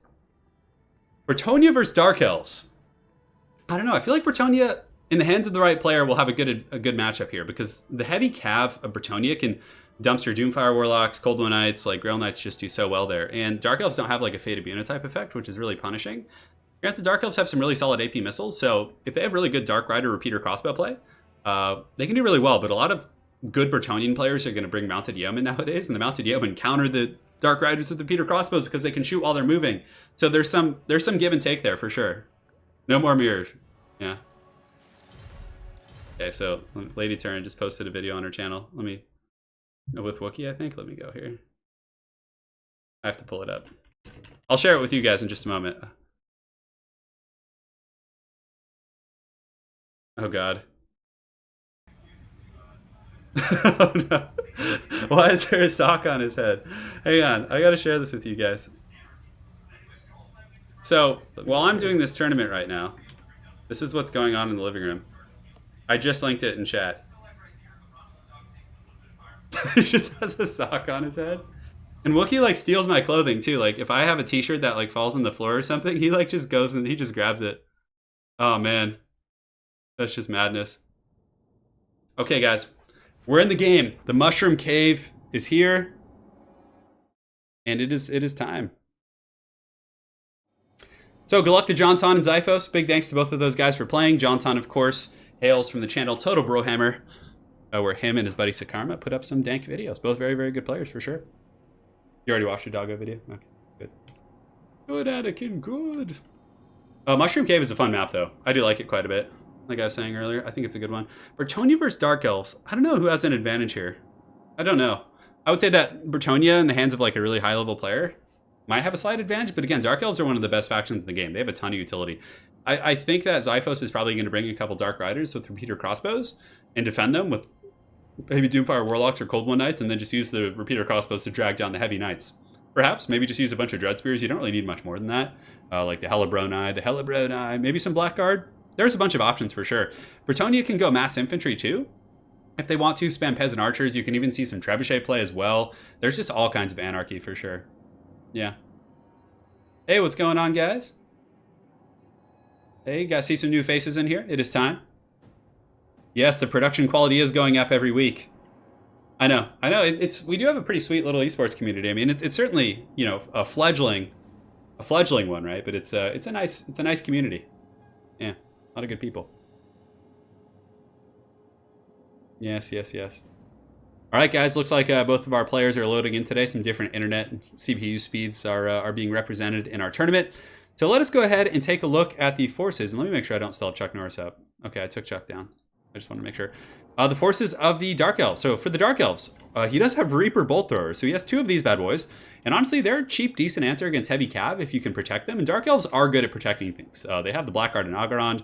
They also have Dread Spears. And Blackguard really can just do a number on heavy cav. So The Reaper Bolt Thrower is just going to be shooting at the heavy cab pretty much the entire game. He has 2 Canade. What is this? I don't know if I've ever seen anybody make these guys work well, but he has 2 of the Canade Assassins. Each of them does have the Web of Shadows, which is like a mini Buna effect, so somewhat like Witch Hunters, but more of an AoE, and also slow, so that's really cool. Looking forward to seeing these, some explorative play here. For his main army, it's going to be Blackguard, Sisters of Singing Doom to rampage the Heavy Knights most likely, but mostly Blackguard, a very, very elite army. He also has the Slaanesha's Harvesters for Mark of Pain, which is really good against the Knights. Like right when they're about to charge, you just pop this, lowers their melee attack to 0 basically. It's very powerful. And then on top of that, he does also have the Soul Stealer. Cold Moon Knights on the flanks, and for his Lord, he does have a Supreme Sorceress with the Lore of Death, with just Spirit Leech, and he has some sort of a scroll here, the Black Horror. This can actually do some decent damage as well. It's kind of like a cone, Winds of Death type effect, which is quite cool. Yeah, I know. I'm really eager to see how he plays this build and if he can make it work. So for Jonton, he does have Mounted Yeoman, 3 groups of them, which are a very good answer against the, even against Cold Moon Knights, but they're going to dumpster these Slaanesha's Harvesters. He can also scoot forward maybe and get, no, but yeah, you can see Xiphos is really taking advantage of the terrain. He's going to be using that little pit right there for coverage. But Mounted Yeoman Archers for Jonton, he has a bunch of Peasant mobs. He does also have a couple of groups of Men-at-Arms, shields, and a bunch of Knights. So Ground Knights with the Lance formation, looks like. Let me just adjust my chair real quick. Yes. So yeah, he does have 2 Ground Knights. So the Ground Knights here, obviously outclass what there is of the Dark Elf cab. The Dark Elves are going to be playing a very defensive game, high and tight, just using the Reaper Bolt Throwers, sitting behind the halberds and spears. It's going to be tough for Jonton to crack. Granted, these Mounted Yeoman Archers should be kind of helpful. On top of that, he does have the Companions back here, which are pretty good against heavy infantry. If he's able to like rear charge the Blackguard and Ogron with these Companions, they'll definitely be able to mulch them down. Ground Knights and Quest Knights on the far side with the Fey-Enchantress. So Fey-Enchantress just probably the best lord on the Bretonnian roster, hands down. So really looking forward to seeing how these guys do it. Ready when you are. Good luck. Good luck. Good luck. Yeah, this is kind of what we suspected from the first game that you guys saw between Romulan and Onyage back here. Having Onyage use the terrain. Very similar style of play here, just using the Bolt Throwers, because against Bretonnia, you have to...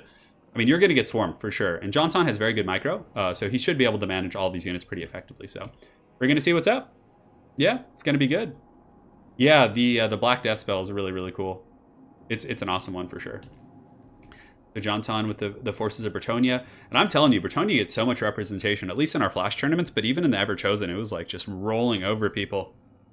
Yeah, the Bolt Throwers will love that Lance formation. Yeah, they will actually. Yeah, because the piercing angle of those bolts will definitely be happy. But this is how you got to play this. Xiphos, of course, a veteran of many tournaments. When you're playing against the heavy Bretonnian formation like this, you got to play defensively. So the Bolt Throwers launching in their first volleys. Let's see what they're going to be targeting. I think the Peasants might take the auto fire here, but coming down and okay, not the most damage. Looks like a bolt does hit that Peasant, but he is a true hero of Bretonnia. He's going to be rising from the ashes, getting ready to party. Over here, we do have the Mounted Yeoman Archers who are going to be circling around, looking for an opportunity to strike, perhaps. But yeah, I don't know. The Bolt Throwers is kind of content to shoot at Peasants here. I definitely think that Xiphos should probably save his ammo. Take them off fire at will and just wait till the Knights are close enough. Because shooting the Peasants is certainly a waste of ammunition. But he probably just, that's an easy a mistake to make for sure. So some of the Knights, it looks like for Jonton, are going to be sweeping around this direction. So basically, he just needs to advance, probably square up his army right here in like a big blob. Push forward, use the Fey-Enchantress to win the War of Attrition, and then use the Knights just to cycle charge in and support the infantry. He could get the Mounted Yeoman Archers. I would probably just run them up here and just have them start shooting at the Bolt Thrower crews. Although these Assassins do have 70 range, and they have like little hand crossbows, they might be able to provide some support. But you can see the Bolt Throwers are now trying to take out the Mounted Yeoman here. Not doing a whole lot so far. It took out 2 of them there, but already running, not low on ammunition, but they are expending a fair amount. This one's down to about, let's see how many shots it has. Yeah, so it's used a couple rounds of ammunition as well. But the Bretonnian forces are advancing here. You know what would have been good here as well as Foot Squires, but so many Bretonnian players just love using hordes of cab. But yeah, it would have been interesting to see like a Foot Squire build, but I suppose in the higher level play you don't see it too much. But the Fey-Enchantress is going to be circling around. The Grail Knights as well as Quest Knights are coming up and around this flank. And like you saw in the game with Onyage and Romulan, you can still charge through spears and compromise formations. But I really like that Xiphos has this defensive kind of box, because if you charge through the front line, you're going to get countercharged by the Harvesters, the Sisters of Singing Doom, who will rampage you, and the Cold One Knight. So it's a beautiful play here by Xiphos. But Jonton, of course, has a pretty good answer as well. The Mounted Yeoman, of course, trolling in there, shooting the Sisters of Singing Doom, who are lightly armored, have no missile defense. But the Canade Assassin actually gets out there and karate chops one of these guys. He does, of course, have his hand bolt, so he can shoot them as they run. So yeah, good counterplay so far. You can see these Slaanesha's Harvesters do get out there and get ready to take care of some of the goodies. So yeah, things are getting pretty wild. Forces of Bretonnia are circling around. They're finally about to get there. So the Men-at-Arms going to be pushing into the Blackguard. With the Fey Enchantress support, maybe a couple good Chalice of Potions, he could potentially break through the Blackguard line, but they're probably going to just fight to the bitter end. They're a very tough unit to kill. Slaanesha's Harvester is actually being picked apart a little bit by some of these, the Wardens of Montfort here and the Mounted Yeomen. They're shooting in there, doing a pretty good job. Coldlow Knights, of course, do have shields, so they're going to be somewhat durable against these guys. And of course, Mounted Yeomen have really, really bad AP. But Jonton with some good micro so far. And yeah, he's playing a very patient game. He's just waiting. He's hiding back here using the line of sight blocker. So you can see here, very Warhammer 40k-esque. He's able to hide behind these pillars. So utilizing the terrain, getting some harass. And I mean, at the end of the day, he is making Xiphos use a ton of this ammunition on these bolt thrower crews. And the Khanate Assassin is just going out there with his crossbow, actually giving some good counter skirmish. So yeah, no, definitely not bad stuff. Coldlow Knights being pulled out a little bit. If Jonton could maybe have some supporting cav up here to keep these Coldlow Knights away, that could be pretty good value for sure. So, the Bretonnian hordes look like they're getting ready to fight. The Fey Enchantress, I'm not sure where she is. Let's go ahead and find her. She definitely needs to watch out for those assassins. Looks like she is behind that rock as well. So now Jonton is going to be sending his Grail Knights as well as his Questing Knights to intercept these Coldlow Knights. And are these the Wardens? They are the Wardens, who do have poison missiles, so they can slow these guys down if they shoot. Maybe Jonton could get a pretty good catch there. And it looks like the Peasant hordes are going to be pushing in as well. Maybe just trying to zerg on these, maybe push past these spears. I don't know. It's going to be tough for sure. So the bolt throwers have generated some decent value, but he did invest quite a bit. Almost 1,500. How many does he have? 2 of those? So maybe like 1,200 to 1,500. I forget how much they cost. I think it's like 700, give or take. So the Mounted Yeomen are back in it. Now they have the support of their Knights. So the Grail Knights circling, the Knights of the Lionhearted are waiting. And he's getting some decent kills, decent HP damage on the Sisters. And now the Knights of Bretonnia with a full frontal charge just coming in. The Questing Knights just trying to brute force through. So Jonton just getting in there balls deep. I think they're still braced technically, although I'm not sure how that works. But Jonton, look at that, just charging side to side. So he charges in, he gets the entire formation, he charges over here. So once he reacts, he's able to pull across, but this is risky. The Sisters of Singing Doom are coming in. You can see the Web of Shadows going down as well from the Khanate Assassins. Very, very cool play there. More Knights coming in over here, the Grail Knights, and there is an open pocket right here. If Jonton could somehow squeak through, Chalice of Potions going down right on top of those guys from the Fey Enchantress, just wrecking those spears, and just the filthy Bretonnian hordes are piling in. But there is rampaging, so some of the Grail Knights get caught in the rampage of the Sisters of Singing Doom, but thankfully for Jonton, he is able to get most of them out. So Grail Knights are out of here, the Knights of the Lionhearted are out, and he got some really good damage. Sisters got beat up, the Blackguard even took some substantial damage, and now there's really going to be this war of attrition. You can even see that some of the Bretonnian men-at-arms have gotten onto this Reaper Bolt Thrower crew, so this 700 gold is essentially temporarily nullified, which is going to be very powerful. And also on that same note, Jonton gets in the back, he gets his other peasants, they just push through, undefended relatively speaking, because Jonton pulled in so many of those guys with the what's it called, with the initial charge, that he was able to get the peasants back here for free on top of the Reaper Bolt Thrower. So the Knights of Bretonnia with another downhill charge, the Knights of the Lionhearted have engaged those Slaanesha's Harvesters, but it looks like there's going to be a Spirit Leech going down on them. It's not a Fate of unit, but it's still going to do some good work. And there's also Spears engaged versus these Velociraptors. So Jonton getting in there a little bit, but the front line looks to be a pretty substantial wash.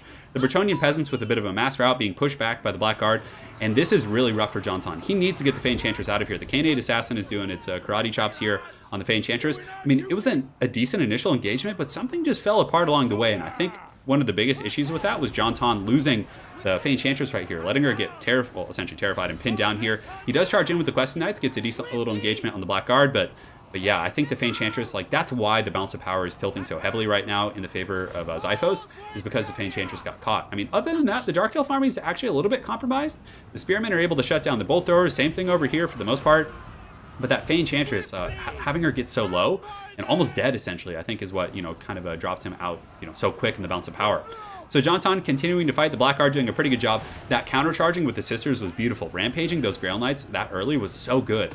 And how Bretonnia would have countered that, if you had just gone with like mass infantry, that would have just ran over that Dark Elf build. If you just went with like 5 or 6 foot squires and peasant archers and a bunch of stuff like that, you would have just annihilated that build. So it just goes to show there is a counter build for everything. So if the meta is going to be like heavy Grail Knights, heavy Questing Knights using like trash infantry, this build is going to be pretty damn strong, right? But if you just went with like mass like peasants and hordes and halberds and things like that, like the Dark Elves would have had no answer to that.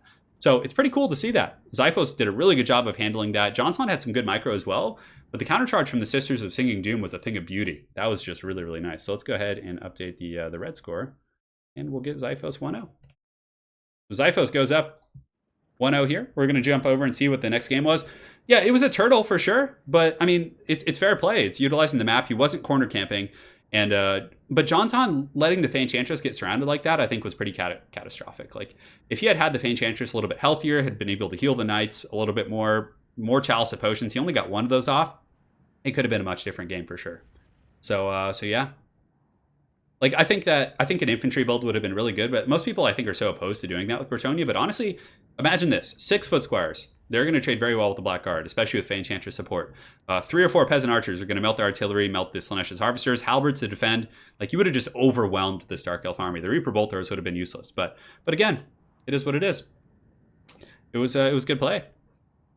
Yeah, it was not. Jonton is going to be chaos. We're on the Altorf outskirts. GG, guys. And they're going on to the next one. So Jonton's going to be playing Chaos here against Zyphos, who's going to be playing High Elves. I would say that Chaos has a slight advantage in this matchup. I mean, there's a number of good picks here, but we need to go ahead and get the screen blocker up. Jonton was picking so quick. Chuck Norris is up. Don't worry, guys. Hey, welcome. And again, for anyone who's watching today, big thanks for the donations so far. We've gotten quite a bit. 25% of all donations do go to the winner of the tournament. So Romulan Dog is in the finals. He's going to be meeting either Zyphos or Jonton, and the winner of that match will then win 25% of all on-stream donations. So right now, I think we're up to probably $25, give or take. Let's see. 30. Yeah. Right now, the winner's going to be getting close to that. So pretty solid stuff for a couple hours of playing some Warhammer, which they'll probably be doing anyways, right? I really, the Bolters fell before the Black Guard did. That's funny. I think that Jonton needed more infantry. Foot squires would have just traded so well there because halberds traditionally don't trade terribly well with infantry. Yes, a Black Guard will defeat a foot squire, but in numbers, the foot squires would have done very well. Yeah. Hell cannons? Yeah, hell cannons can work pretty well against high elves. For sure. I mean, there's options, but I think Jonton typically likes to play a more aggressive style of play, so we're probably going to see knights and all kinds of things like that. So we'll see. I'm going to use the restroom real quick while Chuck Norris keeps you guys entertained. It's go time. Oh, guys, check out the shirt. You guys ready for this? Hold on. You guys like that shirt? Cool, right? That's a grudging. Yeah, it's pretty cool. Creative Assembly gave it to me when I was at their office. All right, I'll be right back.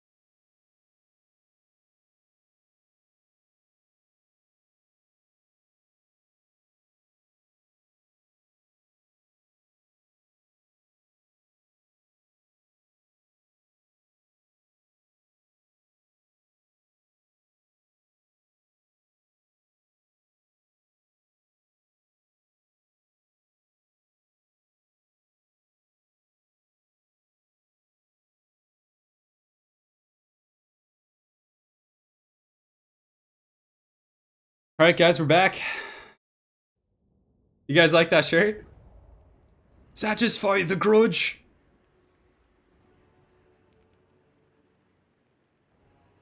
I actually want to talk to, I'm back, don't worry. I'm back. Oh, you guys want to see the shirt? Okay. It says that's a grudge. And Creative Assembly had some made. They don't sell them, but they had them made for staff. And when I was there, they had a couple extra in the box. They're like, oh, and I was like, yeah, sure. You have a grudge with gravity. Oh, that's funny. All right, guys, we're in game 2 between Jonton and Zyphos. The fierce cockfight of the gods. Yeah, next time I get to talk to some CA people, I'll be see if they'll eventually sell those. Good against gates is a campaign thing. It means that they're able to break gates on cities. Yeah. Yeah. So, Dimmy, if it says Kolek's good against gates, it means that he can break down city walls. For example, if you're playing campaign and attacking the city, he would be good at damn, the city looks so cool. I wish you could actually play on this map. That'd be pretty neat if you could go in there and fight and stuff. Those dwarven legs will probably be pumped eventually today. I don't know if we're going to see dwarves, maybe in the finals. Yeah, perhaps when we get Gobble King in here sometime. Chen Stanley with the $19.99 over at Turns Lumberyard. Just adding a little bit to the bonus pool. Thank you so much, man. Really appreciate it. Really appreciate it. Thank you, darling. Lady Turn with the coffee save. Keep my energy up. We're having a good time. A good old rub. Yeah, Janet on occasion has some pretty... He should have this shirt as well. So we are on the second best of 3. Yeah, boy. Oh, and it looks like there was a drop. Oh no, might have had an internet issue. It's treason then. We'll remake the game, no problem. We will remake the game. They'll be back. They already like saw each other's builds though, so maybe we'll allow them to the game's still up.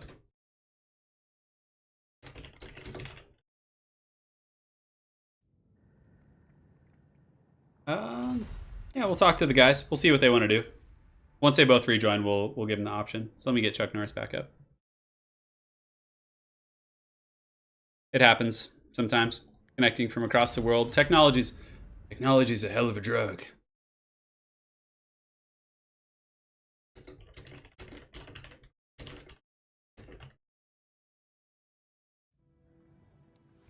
Let's see. So Zypho says that Jonton dropped.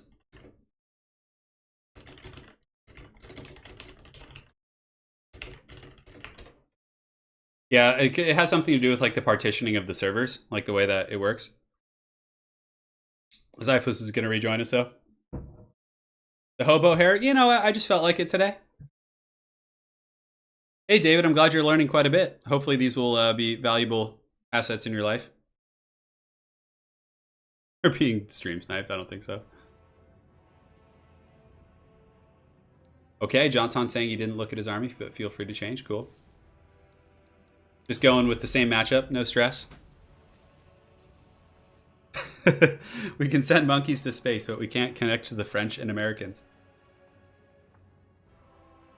Yes, yes.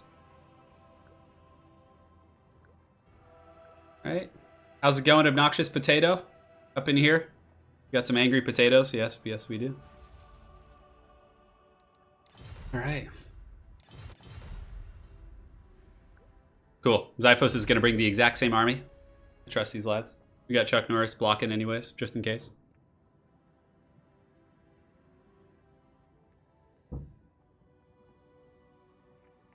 Altorf Outskirts, I think, is one of the best multiplayer maps. It has like a perfect combination of like relative open field for like nice infantry engagements, and then it also has a pretty good like terrain off to the sides.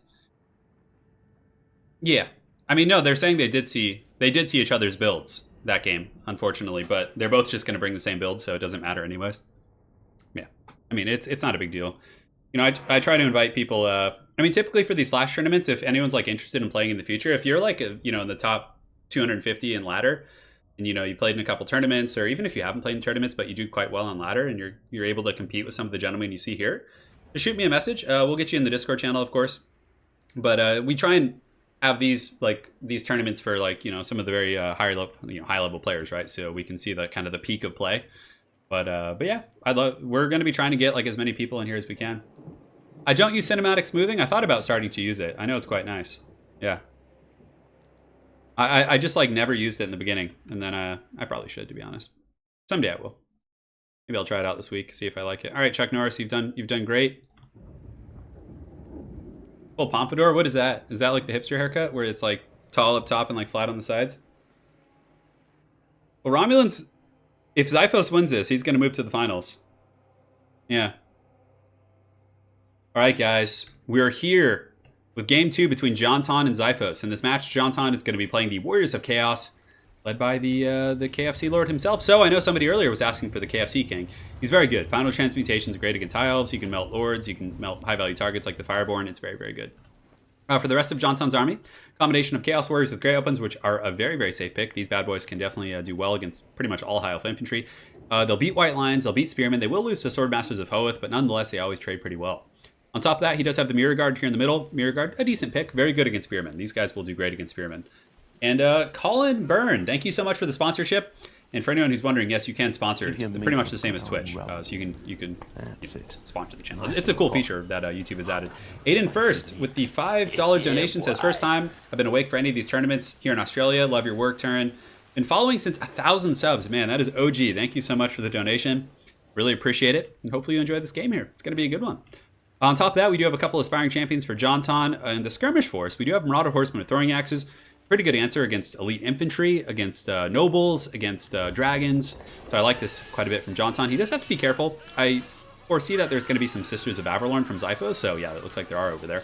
In the forest, Jonton does have Chaos Knights with lances and Chaos Warhounds with poison. And that's it. So a pretty standard army here for Chaos. And for the forces of Zyphos, he does have 2 groups of Valyrian Reaver archers, which are a very good answer against hounds and skirmishing. They'll definitely outtrade the Marauder Horsemen with throwing axes. So Zyphos has a bit of an advantage early on in regard to the into the skirmish game. For his main army, he does have a couple groups of the Phoenix Guard with halberds. He does have Swordmasters of Hoeth. Two nobles or just 1 noble on horseback to deal with large targets, going to be very good at chasing down the chicken. Teclis on foot with nets and regrowth, so going very bare bones on that. And he also has a High Mage with the Soul Quench and Apotheosis, so a pretty wild build coming out of the gates here for Zyphos. Quite unique. Sisters of Averlorn, he does have 2 groups of sisters, White Lions in the back and Spearmen. So yeah, that's it, guys. So let's see what happens. It's time to party. Professor Pone says he's going to win the tournament. Hey, Colin, man, I really appreciate it. Thank you, dude. Thank you, my brother. So right now, the Mounted Yeoman Archers, not Mounted Yeoman, I'm so too much Bretonnia today. The Reaver Archers getting some long-range fire here on the throwing axis. But again, he does have Aspiring Champions and Marauders in the front to push back these Reavers. In the meantime, Jonton is going to be moving his Chaos Knights with Lances and his Hounds on the far side of the map. So those bad boys will be coming up and over here. And this is what the KFC Lord is for. He has massive missile resist. He almost takes like almost no damage from missile attacks. He's a beast. I think it's like 60%. So the Warp Chicken getting in there with his KFC Drumstick and dunking all over these guys. He doesn't take out any models. The Greater Demon of Tzeentch, unfortunately, coming up a little bit limp, but nonetheless, he's doing his thing. So the Noble here is going to be pulling forward to fend off the Warp Chicken. Jonton continuing to push forward with his shielded infantry. A very good initial approach here. Looks like the Mirror Guard are going to be taking a big shot, but those shields are really just paying heavy dividends here, just doing great stuff. So Jonton, just with that inexorable advance here, it's going to be tough to deal with the Swordmasters for sure, and the Sisters of Averlorn will melt the Great Open Infantry. I'm quite eager to see where he's going to pour that fire, but anyways, the initial fire is going to be pouring in here from the Reaver Archers, doing some decent work against the Warp Chicken. A little bit of HP damage, but yeah, I guess the missile resist is just so damn good on the Warp Chicken. Like, focusing with missiles, especially magic ones, because he has missile resist and magic resist. So if you go ahead and look here, let's see if we can look. So 60 and 25. So against Sisters, he's reducing their damage by 85%, which is insane. This is great too. Jonton, the Mirror Guard are doing exactly their job. They're marching forward with their silver shields, and they're taking all those missiles just like absolute champs. So right now, Zyphos definitely wants to switch that. He should be shooting the great weapons, like for sure. Shooting the Mirror Guard is like an absolute, I mean, it's not an absolute waste because they're still a good unit, but yeah, the Mirror Guard are going to get dumpstered by Swordmasters anyways. They're meant versus like spears and things like that. So a little bit of rough play initially for the Mirror Guard, but I guess they're absorbing the ammo, so that's pretty good. So Warp Chicken's coming in. I actually can see Jonton should use the final transmutation right here. He should melt the High Mage, and it'll also hit the Swordmasters. I think that would be his best play, especially if he can pull in the Noble. So I think Jonton is trying to pull in the Noble. Come on, use that final transmutation right here. I would just be full chub. That'd be so good. It looks like he's going to be using a Plague of Rust right here, lowering the armor of the Phoenix Guard as the Chaos Warriors charge in. Summoners of Rage coming in, throwing axes on the flanks, and the Chaos Knights with lances charge into the spears, and they weren't braced, it doesn't look like. So he's able to almost overwhelm this flank. His hounds do get taken out by the Reaver Archers, though. So in the mainline fight, it's going pretty well. Overcast the net going down on the Mirror Guard, but the Noble taking quite a bit of damage from the Mirror Guard, as well as these Chaos Warriors. I would say Jonton's off to a very good start, but that net, beautiful stuff right here from Zyphos. He's able to net down the Summoners and get massive crossfire here with the Sisters of Averlorn, and the Summoners of Rage are like an ideal target. They have some missile resist, but not much. So the Warp Chicken here is helping out with the Chaos Warriors. The frontline engagement definitely going very well for Jonton. Over here, though, unfortunately, the Chaos Warriors are fended off by the Phoenix Guard with the support of some of these sisters. I believe Teclis was over there as well. The Chaos Knights with Lances charge into the back line. They do get into the white lines and do some okay shock damage, but for the most part, yeah. It looks like these throwing axes are like throwing axes at the Chaos Warriors, but it looks like they're throwing them at the Phoenix Guard. This frontline engagement, the Swordmaster should go down here. Warp Chicken, as well as the Summoners, do get into the back line. They're starting to pound some of these sisters. Yeah, I know how that sounds, guys. I know how that sounds. But anyways, the Sisters of Averlorn here are just getting run over by the Summoners of Rage. This could actually be a great turn. If Jonton wants to turn around and fight the Noble with these and the Warp Chicken, he might be able to do work. Oh, but Jonton does get the Chaos Knights around. He gets a perfect open charge. There is an Apotheosis going down, but this charge from the Chaos Knights is going to be pretty devastating, although it looks like it kind of dropped at the last second, didn't go all the way through, but nonetheless, still does some very good damage. The Chaos front line, Chaos Warriors doing okay, but the Phoenix Guard are holding quite firm, and a great countercharge here from Zyphos. Not going to do a whole lot of damage, but it does pin in the Chaos Knights and allow the Phoenix Guard and other targets to get in there. So right now, Teclis, it looks like he's going to be using some, which, oh no, Final Transmutation's going down, which is going to hit the Phoenix Guard. It's going to hit Teclis. It's going to hit the White Lines. A beautiful cast right there, freeing up a lot. It also hits the Sisters of Averlorn. So pretty even fight right now. I would say, yeah, maybe a slight advantage for the High Elves, but again, Chaos still has Warp Chicken. They have a couple powerful units here in these Aspiring Champions. And the Chaos Knights, unfortunately for Jonton, are kind of broken off. But the Warp Chicken's going to be dancing over here. The Throwing Axe is getting some great value, actually helping to pick apart these Swordmasters of Hoeth. And it looks like the Summoners of Rage Chain Lightning just went the complete wrong direction there. But that Final Transmutation did some pretty good work there. It was able to actually burn down quite a bit of HP from Teclis. So Chaos Warriors are now piling through. You can see that some of the... Are there Mirror Guard here? No, they're Aspiring Champion. No, there are some Mirror Guards. So the Mirror Guard somehow, some way is still alive. And they're going to be going after some of these Sisters right here and chasing them off. And as far as defending units go, Zyphos has some Illyrian Reavers in the back, some Spearmen, but he doesn't have a whole lot. Warp Chicken here is doing some pretty good work. The missiles of good focus in the pocket here from Zyphos, continuing to rain fire on these Marauder Horsemen. We're very healthy and are actually still picking apart these High Elf Infantry. You can see that the Throwing Axes are doing a great job melting these guys down. The the Mirror Guard and the Chaos Warriors continuing to push forward. They are wavering, taking a lot of crossfire here from the Sisters, but the Sisters are running out of ammo relatively quickly. And for the first time in the battle, you can see that Jonton is falling behind a little bit on the bounce power. This Noble doing a very good job against the Warp Chicken. Yeah, Jonton's running a little bit light on resources. He's kind of being picked apart in the fourth quarter. Although these Chaos Knights come in and get a great charge on the Reaver Archers here, able to melt those guys.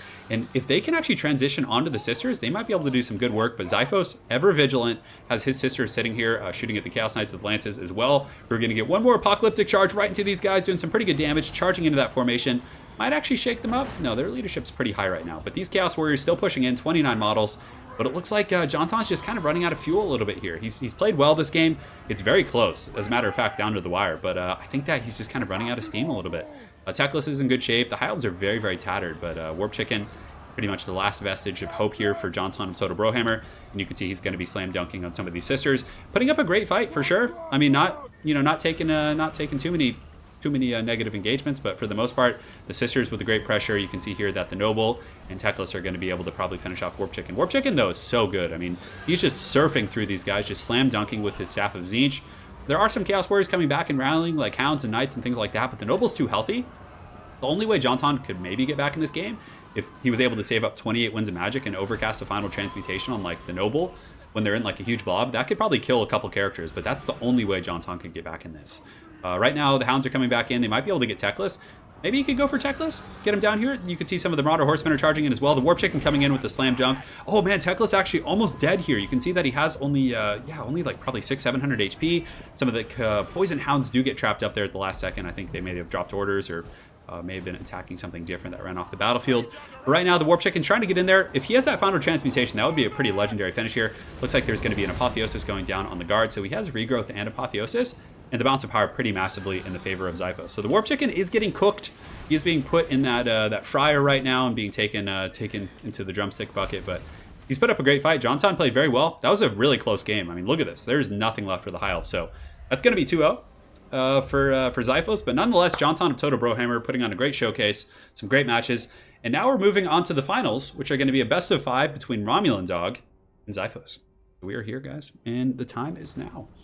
So yep, I like the build from Jonton. Chaos Warriors were good, Aspiring Champs and Marauders. Personally, I would have liked to have seen, probably cut the Champs. Mirror Guard did okay, I guess, but I'd probably cut the Mirror Guard and just get like 3 or 4 groups of extra Marauders and just try and like pressure the flanks with them. I think having more density would have been very helpful against like getting rid of Spearmen and pressuring the Sisters. I think they were online for far too long, but Jonton did a really good job. It was a great fight for sure. GG, boys. GG. So let's go ahead and update the scoreboard for now. And we'll get the red score. And that's it. Zyphos taking the series 2-0. And now it's time for the finals. Hopefully you guys are hyped. We've got 964, almost over 1,000 viewers. That is some balls deep action here, guys. I got my coffee. I got my wrist tendonitis. I got my degenerating wrist. I'm ready. Let's do this. Zyphos is a cooking. Did I do it right? Why is that 2 like that? What is happening to that? What is going on with that? I did not change anything. Come on. What are you doing? What is this troll? Why is it going sideways now? Oh, that is so annoying. Okay. Let me hang on a sec. No, that is going to bother me now. Why did you have to point out that too? I don't know how to change it. Give me a good old rub. All right, so we got a couple donations. So Atticus coming in with the $5 donation. Great tasking. Appreciate your hard work, man. Appreciate it. And also another one, Multiplayer is the Future. I really hope so, because I am a huge fan of Total War. I don't know how to change that too. All right. So that's it. Zypho takes the series 2-0. So let me go ahead and talk to Romulan and Zyphos and.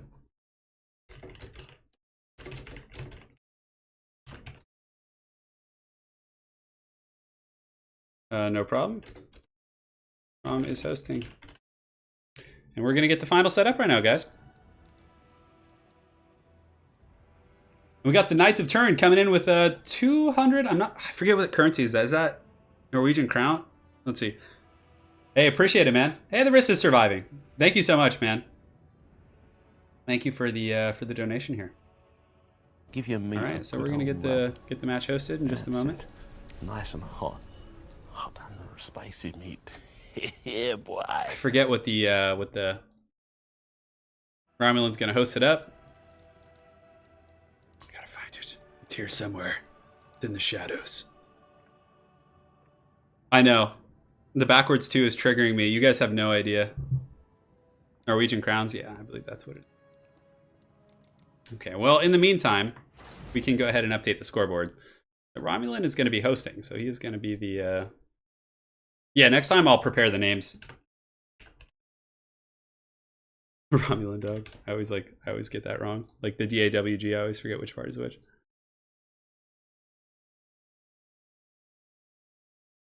Yeah, hopefully you guys like the new scoreboard. I think it's pretty badass. And then, yeah, we can just leave Zyphos over there. Oh, that backwards 2 is driving me nuts. Just put me out of my misery. I can't take it. I can't take it anymore, guys. God, why is it backwards? Why? Why can't you be normal?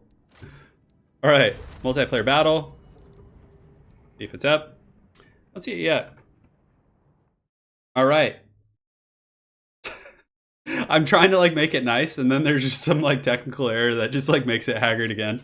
Magic D with the 20 euros. Kudos to Zypho's beautiful High Elves play. Yeah, I know a lot of people wanted to see more High Elf representation. So Magic D, thank you so much for the business there.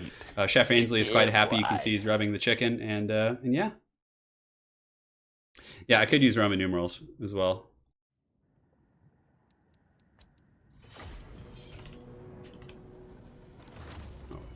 You know what? I hate case-sensitive stuff. We're in. We did it. Maybe we are the ones who's backwards. All right. So game is up. I'll let the competitors know the game name.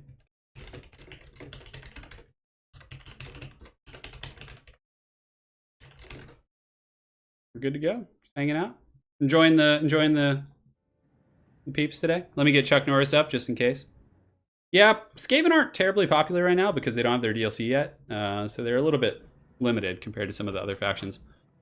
They're still very good.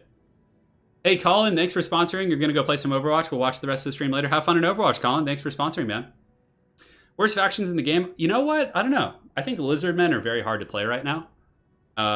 Because like they can't really deal with heavy infantry. If you just bring heavy infantry against lizards, they have to bring Croxagors, which are kind of a subpar unit. So it's tough. I know they're different sizes. Oh man. But yeah, this is good. This is a best of 5. So the finals for all my tournaments, are my weekly tournament series we host, are going to be best of 5s. So the first one's going to be Tower of Hoth, which is another great map. It's very similar to like Outlaw Outskirts. It has some really healthy terrain and a couple other variables. But Skaven are pretty weak right now for sure. Yeah, I don't know. Skaven and Lizardmen are actually kind of in a bad place, to be honest. Yeah, guys, so I actually have 2 doctor's appointments this week, so I'm going to get my MRIs read, so they'll finally tell me what's actually wrong. I had them done many years ago when it first started, but it's gotten worse, so we have to recheck.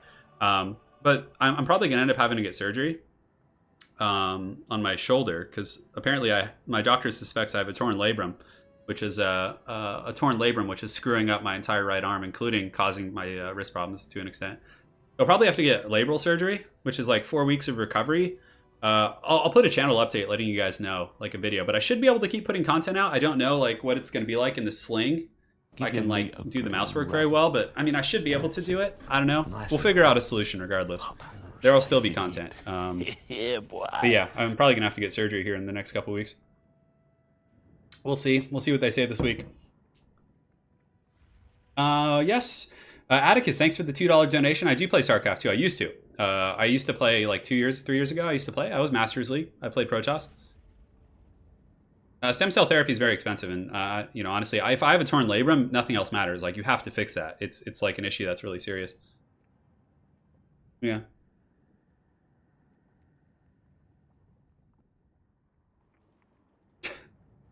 Oh man. Well, all right. Let's see. All right. So Zypho says it is time for revenge. I guess there's a history here. Yes. Dude, if I could have a Luke Skywalker hand, I would for sure. No, I would probably just be casting other people's games. But the thing is, if I get it fixed and my hand gets somewhat normal again, I'll play in tournaments. I'll do all that stuff for you guys. Like, honestly. Yeah. Hey, Crazy Pyro, what's up? Nice, man. Glad to hear Atticus. Yeah, Terran are fun. I played Terran and Protoss mostly, so.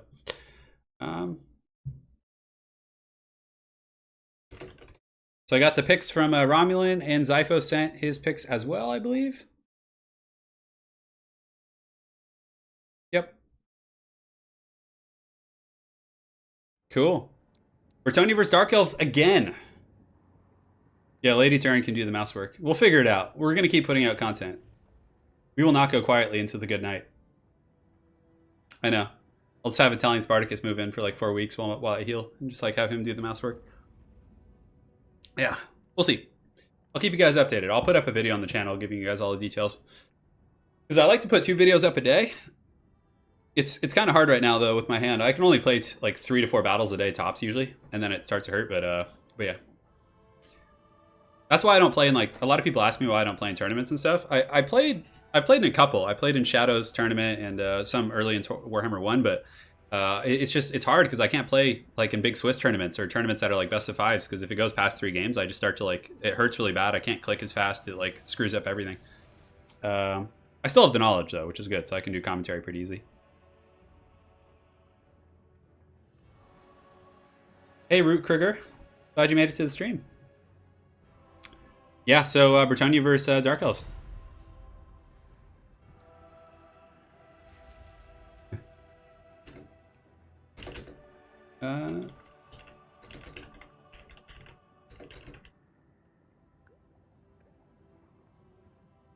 We usually play unlimited time as well.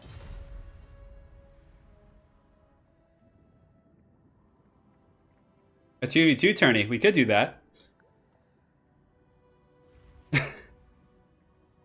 I'm not sure about the Vermintide because I don't play that game because there's too much clicking. It's a little bit.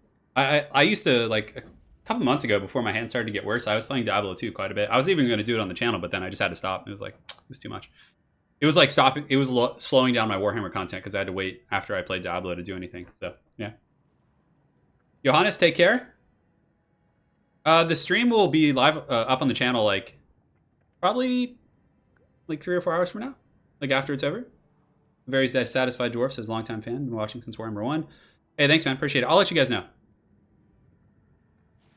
So yeah, Bretonnia versus Dark Elves. We're back at it again. Oh man, coming Knights of Turin, coming in hot. Some money to patch up Turin's broken body.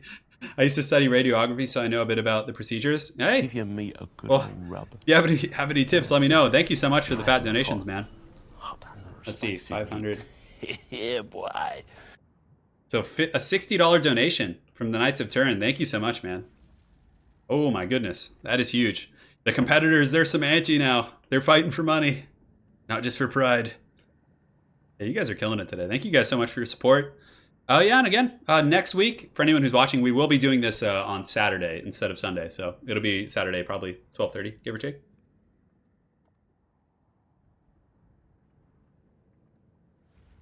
Playing the role of Sugar Daddy. Yeah, it's like $60 bucks, I think, give or take. 500. Yeah. Awesome.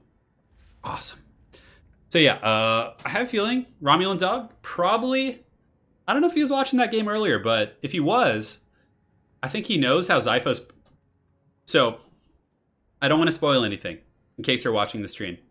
I'm not going to say it, but I'll just chat with you guys right now until the game starts, and then we'll talk about the builds and everything. Because yeah, if they're watching, I don't want to. I can see the build, so this is some good coffee, though, guys. This is some good coffee. Yeah, I mean, as far as like the labrum surgery, I don't like need the shoulder to be like super functional. I just need it to like not be in pain and cause my wrist problems, you know? Extortion. You're correct, equal guy. Ooh, man, that's scary.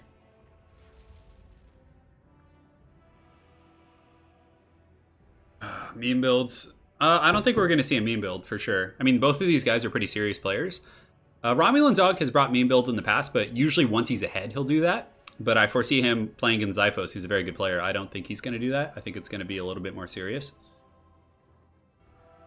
I like tea a lot, for sure. I really like black coffee.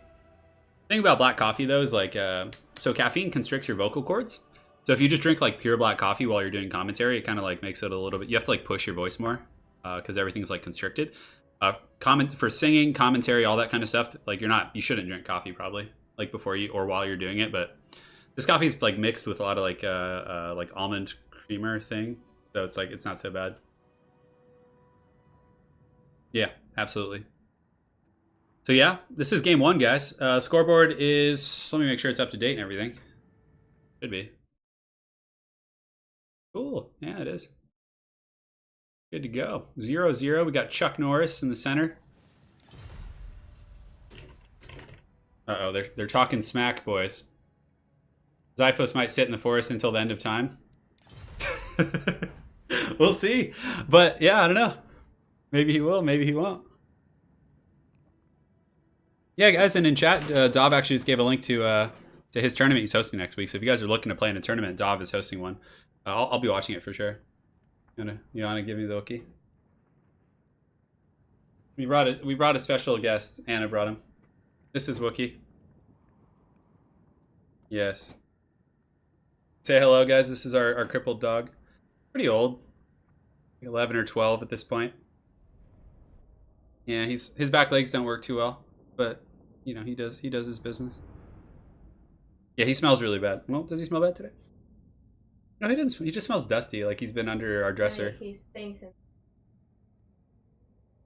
No, he's not so bad. Not so bad. Here's the menu. We'll have to show everyone our other dog too. Yeah, we'll get Gooby one of these days. We have another dog. She doesn't like being held too much, so I don't drag her in here to show her to you guys. But yeah, he's ancient. Yeah, he's like 12 years old. He's like decrepit as hell. Yeah, there's rules. There's plenty of rules. Yeah, we use the King's Cup rules, which were developed by the Shetland Apache and a couple other folks. And Pippington, I think, also helped develop those. There is an emoji for Wookiee. Yes, there is. He's so old. I know, he's so smelly and old. No, he gets spoiled though. Anna and I take really good care of him. We like he can walk for maybe like 2 blocks and then he gets tired and sits down, like because his back legs are really unstable because he's just kind of getting to that age. So I actually have a backpack. I have a backpack where I like carry him. Yeah. Wookiee might need a wash. I don't know. He smelled kind of dusty, but not too bad. Before the end of the stream, if you guys remind me to bring the backpack, I'll put Wookiee in the backpack and you guys can see what it looks like. It's pretty good. Pretty funny, for sure. Yeah, Tower of Oath is a really good map, though. This is one of my favorites, hands down. Did I get rid of Chuck? Yeah, I think Chuck Norris is gone. Okay, we're good. We're good, my dudes. Hopefully they both load in. I know we had a couple crashes today. I feel like the proportion of these buildings, I guess, makes sense. Wouldn't it be cool if like you could actually fight on the inner workings of the city? I see so many cool maps in Total War Warhammer, like in terms of siege capabilities, and I'm like, man, they could do so much. Like, imagine having archers up on these parapets and stuff. God, that'd be. Yeah, he sits in the backpack. I'll get it for you guys before the end. I will. Yeah, we'll get it. Don't worry, guys. It'll happen. All right, guys. Game 1 of the finals between Zyphos and Romulan Dog. So Romulan's going to be going with Bretonnia. Zyphos is indeed going to be going with the Dark Elves. So we saw this matchup earlier in which Zyphos played against Bretonnia as the Dark Elves and definitely did pretty well with a very defensive style of play. But I think he knows that Romulan is probably privy to that because now that build is out there and Romulan was probably watching the tournament. So it looks like he switched it up. Somewhat similar core principles. He does also have Reaper Bolt Throwers. So he has 1 Reaper Bolt Thrower instead of 2. Front line of Dread Spears, which honestly do pretty well. They trade efficiently. Foot Squires will win, but Dread Spears hold and do okay. Then Sisters of Singing Doom. He has Sisters of Slaughter here. 2 of the Khanate Assassins. So we're seeing the Assassin build again, which is pretty cool. Check this guy out. They do have those Slowing Nets, which is really good against the Knights. He actually used that to great effect last game. It was beautiful. Supreme Sorceress with the Lore of Death. So pretty much the same build with minor tweaks. There's not going to be any Black Guard. He's going to be using more Cav and more infantry, it looks like. So on top of that, Slaanesha's Harvesters, Cold One Knights, Dark Riders with shields to harass peasant archers and, just peasant hordes in general. Sisters of Slaughter, and that looks to be it. So pretty cool Dark Elf army. It's going to be deploying out in the open, which is going to make for a fun battle. And for Romulan Dog, he's going to be playing Bretonnia. Sons of Bretonnia are here. They are ready. He has Mounted Yeoman Archers, 2 groups of those bad boys, which are very good against, they're good against Dark Riders. They're good against Doomfire Warlocks. Got Questing Knights, Grail Knights up here. He does also have the Fey Enchantress. For his main army, very, very wide, very infantry heavy. So somewhat like we were saying last game, like go with more infantry. You're going to do well. Like it's going to be good against the Dark Elf line. I really think it will. Peasant Mobs in the front line. He does have Men-at-Arms as well. Foot Squires in the secondary line. Into the back, he does have Peasant Archers. And for his leadership, who does he have? I think his Lord is hiding in the forest somewhere. Yeah, Fey Enchantress, of course. It's by far the best pick. Dark Elves are pretty good at isolating big targets, so I think it's way better than like King Lewin or any of those other.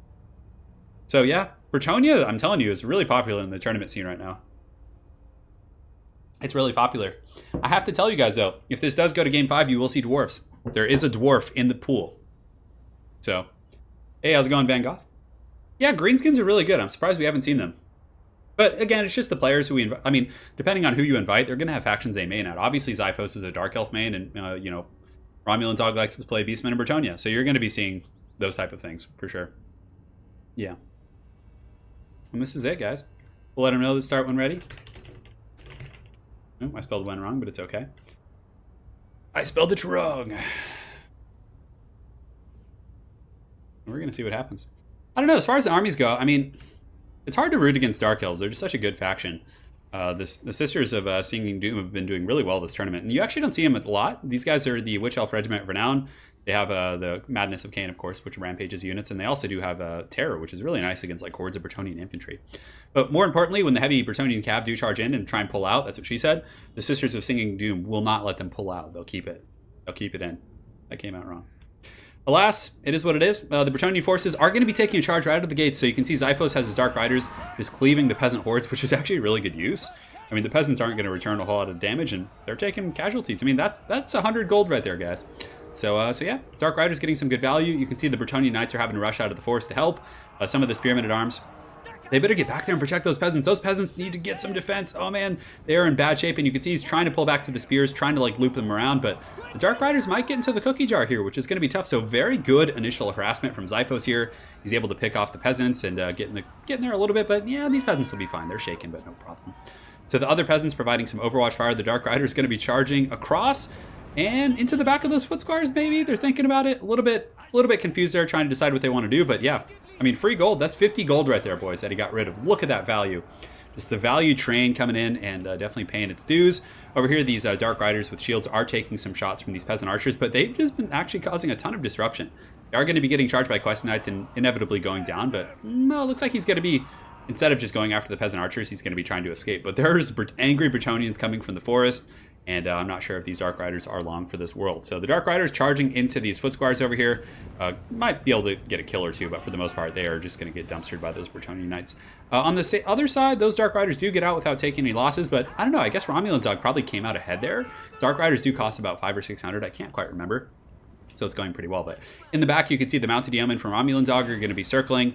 The Cold One Knights in a defensive formation with the Slaanesha's Harvesters, just kind of going to be counter-skirmishing these guys. So the Mounted Yeomen playing, Romulan came out ahead. He got those Dark Riders at the cost of like a little damage on his peasants and, some harassment on his archers. So very good stuff by Romulan there, able to deal with that harassment. Now the frontline engagement's underway. So the Men-at-Arms are chasing the Dread Spears. Dread Spears pulling back to the Sisters. The Sisters are going to just mincemeat these Men-at-Arms. It's going to be brutal. But the Mounted Yeomen getting some great free fire here on the Reaper Bolt Throwers, picking apart the crew, which, I mean, they'll get them eventually. Over here, do we have anything? No, it does not look like it. The Bretonnians are coming with some Grail Knights. Grail Knights could probably win this 2v1. for sure, but there are some spears nearby. So the frontline engagement underway, and man, those men-at-arms just get mulched by the Sisters of Singing Doom, just destroyed. The Peasant Bowman Fire is coming in Overwatch and doing some decent damage, but the Reaper Bolt Thrower actually on the spread shot mode, doing some good damage to the Peasant Bowman, might be able to break them, but that Archer Fire is going to certainly put some pressure on the Sisters, but Zyphos with very good micro, pulling them back out of range of the fire, and just playing very defensively.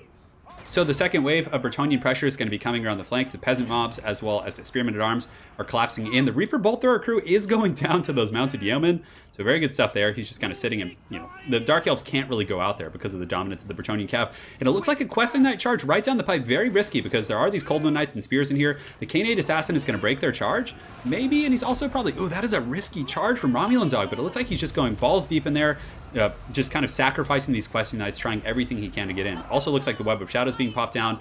Over here on the far side, the Ground Knights are chasing these Coldwind Knights who are just rallying, chasing off peasants essentially, but yeah, this engagement is very, very dicey. Ground Knights get a great charge onto the Dark Rider, so this is much better for Romulan here. And they were in Lance formation, so you can see, oh man, these Dark Riders just got melted. And that's going to open up a lot of backline pressure. The Slaanesha's Harvesters are pushing in as well, but the Ground Knights should easily be able to take them out. And there still is healthy Overwatch fire coming in from the peasants. Here and here, they're in good shape. In the back, the Ground Knights in a bit of a tough situation. They have the Word of Pain, Mark of Pain. They have some Foot Squires and Spears supporting, but if they collapse, these peasants are going to be kind of an open season right here. But it looks like Romulan is doing a pretty good job here. He does have a Fey Enchantress kind of blob fight, but yeah, the Dark Elves holding very firm. Looks like an Awakening of the Wood is going down, that's what she said. And yeah, the Fey Enchantress is just kind of holding with these Spearmen-at-Arms, given that miss to the lady. On top of that, it looks like there's going to be a Vortex spell of some sort going down. So maybe it's the, it's the bound ability to the caster there. Going through some of the Quest Knights, doing some actually really, really good damage there. So, man, beautiful stuff here. Even battle, though. I mean, it's certainly anyone's game. In the back, the Grail Knights still holding firm, trying to hold back the hordes of the Dark Elves. But it looks like these Sisters of Slaughter have gotten into the back line, so they're just going to annihilate these peasants. This is going to be such a massacre. These guys are basically designed for cutting down light armor. So the peasants are going to be running for the hills. Definitely don't blame them. The other peasants being taken out by the Reaper Bolt Thrower crews. But Bounce of Power is even. Romulan still has a lot of stuff. He's got Knights kind of coming back and forth. His infantry, just like we suspected last game, is holding very well. Like, the Foot Squires are trading effectively. They're beating the Witch Elves. They're doing well against the Sisters because of their armor. It's the exact thing we talked about in the earlier Bretonnian matchup. So the Peasant Archers coming back in here. Looks like they might be able to put some pressure on the Sisters of Slaughter, who literally just slaughtered that entire group of peasants and shattered them in like a matter of seconds. Another Chalice of Potions going down. Fey Enchantress, though, is in bad shape. She's very low. The two Kane-8 Assassins are able to do a lot of work. And it looks like Romulan Dog is now slipping in the Bounce of Power. The Dark Elves, again, able to do very well against Bretonnia. So, yeah, we're going to see the Kane-8 Assassin's a very cool niche pick. Using that Web of Shadows right there. There it is. That's actually a Spirit Leech. But using the Web of Shadows earlier to slow down the Knights. Romulan Dog still is certainly in this game. The main reason why he's behind on the Bounce of Power is because of the Fey Enchantress, but also the backline of Bretonnia has been compromised. Those Coldwind Knights with the Mark of Pain were able to dominate the Bretonnia Knights in the back. A good charge from Romulan here. Able to punch the Reaper Bolt Thrower crew, even though it was out of ammunition, still not a bad grab. And then he charges in and gets a rear charge here. So the Fey Enchantress needs to get back into this blob. They need the Fey Drain. The Foot Squires are actually out trading all of the infantry here, the Dark Elves, and there really isn't much infantry left. Fey Enchantress does engage. She needs to be engaged, but not engaged. Like, you can see the drain going off here, but yeah, if she gets whacked by those Kane-8 Assassins, she's going to be in some really, really bad trouble. But the Bretonnian Knights kind of still clawing their way back into the game. A bit of a mass rout. And honestly, if the Bretonnians can drag down the Kane-8 Assassins and the Supreme Sorcerers here with their infantry, but that Spirit Leech is going to be rough. Fey Enchantress has pretty good magic resist, but nonetheless, any damage you can get in the Fey is going to be good. And despite the Bounce of Power, I think Romulan Dog is actually in pretty good shape. If his infantry and Foot Squires can hold, like, they're going to eventually beat these Kane-8 Assassins. So right now, what Romulan needs to do, he needs to get his mobile forces, clean up the rest of the Dark Elves on the map. Just ignore these guys, let the infantry chase and fight them. Supreme Sorceress is on foot, Kane-8 Assassins are on foot, and you can see they're just kind of being, like, just caned by all these peasant mobs and these Foot Squires. Just let them do their thing and chase down the scraps. Go clean up the Sisters of Slaughter and these other troops. Be careful about charging them, though, because these ladies are definitely quite angry. So over here, the Mounted Yeoman Archers charging down the Sisters of Slaughter again. They're definitely going to want to pull out. Definitely don't want that trouble from the Sisters. So they're going to be getting back, and it looks like, yeah, they're going to be swarming in. So he needs to keep these guys away from the main fight, because Romulan Dog is pulling his way back into the game here by just kind of clubbing on these guys. But yeah, that Spirit Leech going off again. It's going to get the Fey Enchantress really low. You can see Romulan is creeping back in the Bounce of Power, though. The Bretonnian peasants are going to be holding back the Dread Spears and the Sisters. And the Mounted Yeomen are actually able to break that group of Sisters here, doing a very, very good job. Oh, but the Fey Enchantress is broken. She really needs to rally. The Bretonnian need the leadership of the Fey Enchantress right now. He's got to be running low on Spirit Leeches, and there could be another Earthblood coming back up. He's at -4 leadership right now. Yeah, absolutely crazy game. A rear charge coming in from the Mounted Yeoman Archers onto the back of those Sisters of Slaughter. They're down to 14 leadership, and there's another group coming in and shooting them as well as they charge in. If we look around the battlefield, there are some Cold Bone Knights rampaging into spears as well as Grail Knights, so they should be able to kill those Cold Bone Knights there, which is no problem. But look how beat up these guys are getting. The Assassins plus the Supreme Sorceress are getting very low. And look at that bounce of power creep back into the favor of Romulan Dog. He does get a heal off, so the Fey Enchantress got a heal off if I'm not mistaken. And was in pretty good shape there. Another Spirit Lich going down on those Quest Knights, which is a pretty good target. Those guys are doing a lot of damage here. But honestly, guys, Romulan Dog might be able to pull out this game. He's charging with the Mounted Yeoman Archers across, and they're going to be charging into the Sisters of Slaughter. Again, just trying to break them. Look at that. He put just the tip in. He got out of there, no problem. And now he's going to be pulling back in here and probably rear charging. He needs to keep this blob away from this fight because the Foot Squires killing the Lord here is what's getting him back in the game. This is really problematic. There's 69 peasant mobs coming in. I'm not going to take that one, guys. There's been enough this game. Mounted Yeoman Archer is going to get a rear charge into the spears, which is going to be nice. Foot Squires are starting to buckle, though, but look how much damage they've done. It's just been really, really good stuff. The charge coming in on the spears. Not sure if they were braced, but nonetheless, it did some pretty good damage. Grail Knights thinking about charging as well. And Fey Enchantress is in here. She's probably pretty safe. If the Bretonnians can, like, pile in and maybe get the Fey Drain going on, do they have anything left? I mean, just the kind of the archers. Oh, but the Chalice of Potions is going to be going down right here. It looks like it's going to be opening up. Yes, it is, but I think Xiphos is privy to it, so it's probably not going to do a whole lot. He is going to pull back, and the Chalice of Potions does drop. Unfortunately, it did not do that much damage, so really unfortunate stuff here. He does need these Foot Squires too, but the Cold One Knights and Sisters coming back in. So despite a great fight from Romulan Dog almost coming back here, I think that Xiphos is indeed going to take this game. That was a great one. That was really close. It was back and forth. Great player. I know, it was solid. It was solid. He almost got those Canadian Assassins down, but when the Dark Elf reinforcements were able to get there and help out the Assassin and the Lord, like the Supreme Sorceress is almost dead. That was just a bananas game for sure. Yeah. Wow. I mean, if that Chalice had made a direct hit, maybe a little bit earlier, but yeah, it was a tough one. Romulan almost got back in the game. He did a really good job with the cleanup duty, but ultimately Xiphos was able to just hold firm with those. And those Assassins are so out of the metagame, like nobody expects those. I'm kind of like, with Xiphos winning, I have to put the backwards one. Why are you like this? Why are you like this? Okay, hold on. Oh, I fixed it. God, I'm so good with technology. Knights of Turin coming in with another donation saying, let's get 500 likes. Let's get 500 likes. Hey, man, we got 998 people watching, almost 1,000 people. It's awesome. Thank you guys all so much for joining. That is game one in this best of 5 finals here. So you guys got a lot of good stuff coming your way. So GG. That was great. Yeah, guys. So you got a lot more Warhammer. Probably at least another 30 or 40 minutes of entertainment. So hopefully you guys are ready for this. Nice and hot. But yeah, definitely like the stream if you haven't. I mean, we got 997. If we could get to like 500, that'd be pretty good. It does help. Like, if a video has more likes on YouTube, YouTube is going to prioritize it in regards to sharing it with people who haven't seen my channel. So it's pretty good for pulling more people into the multiplayer community and everything. So, and yeah, just shows me you guys like the content as well.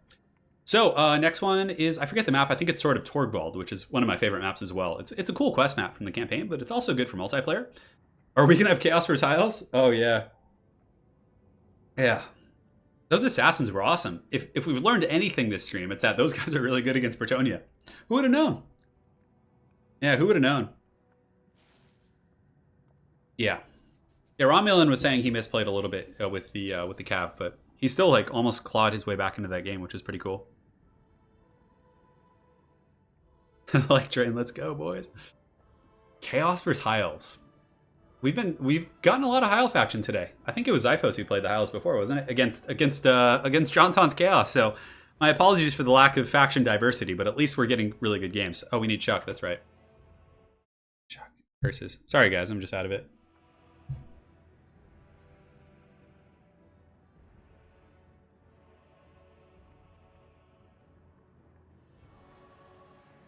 God. Chuck is here.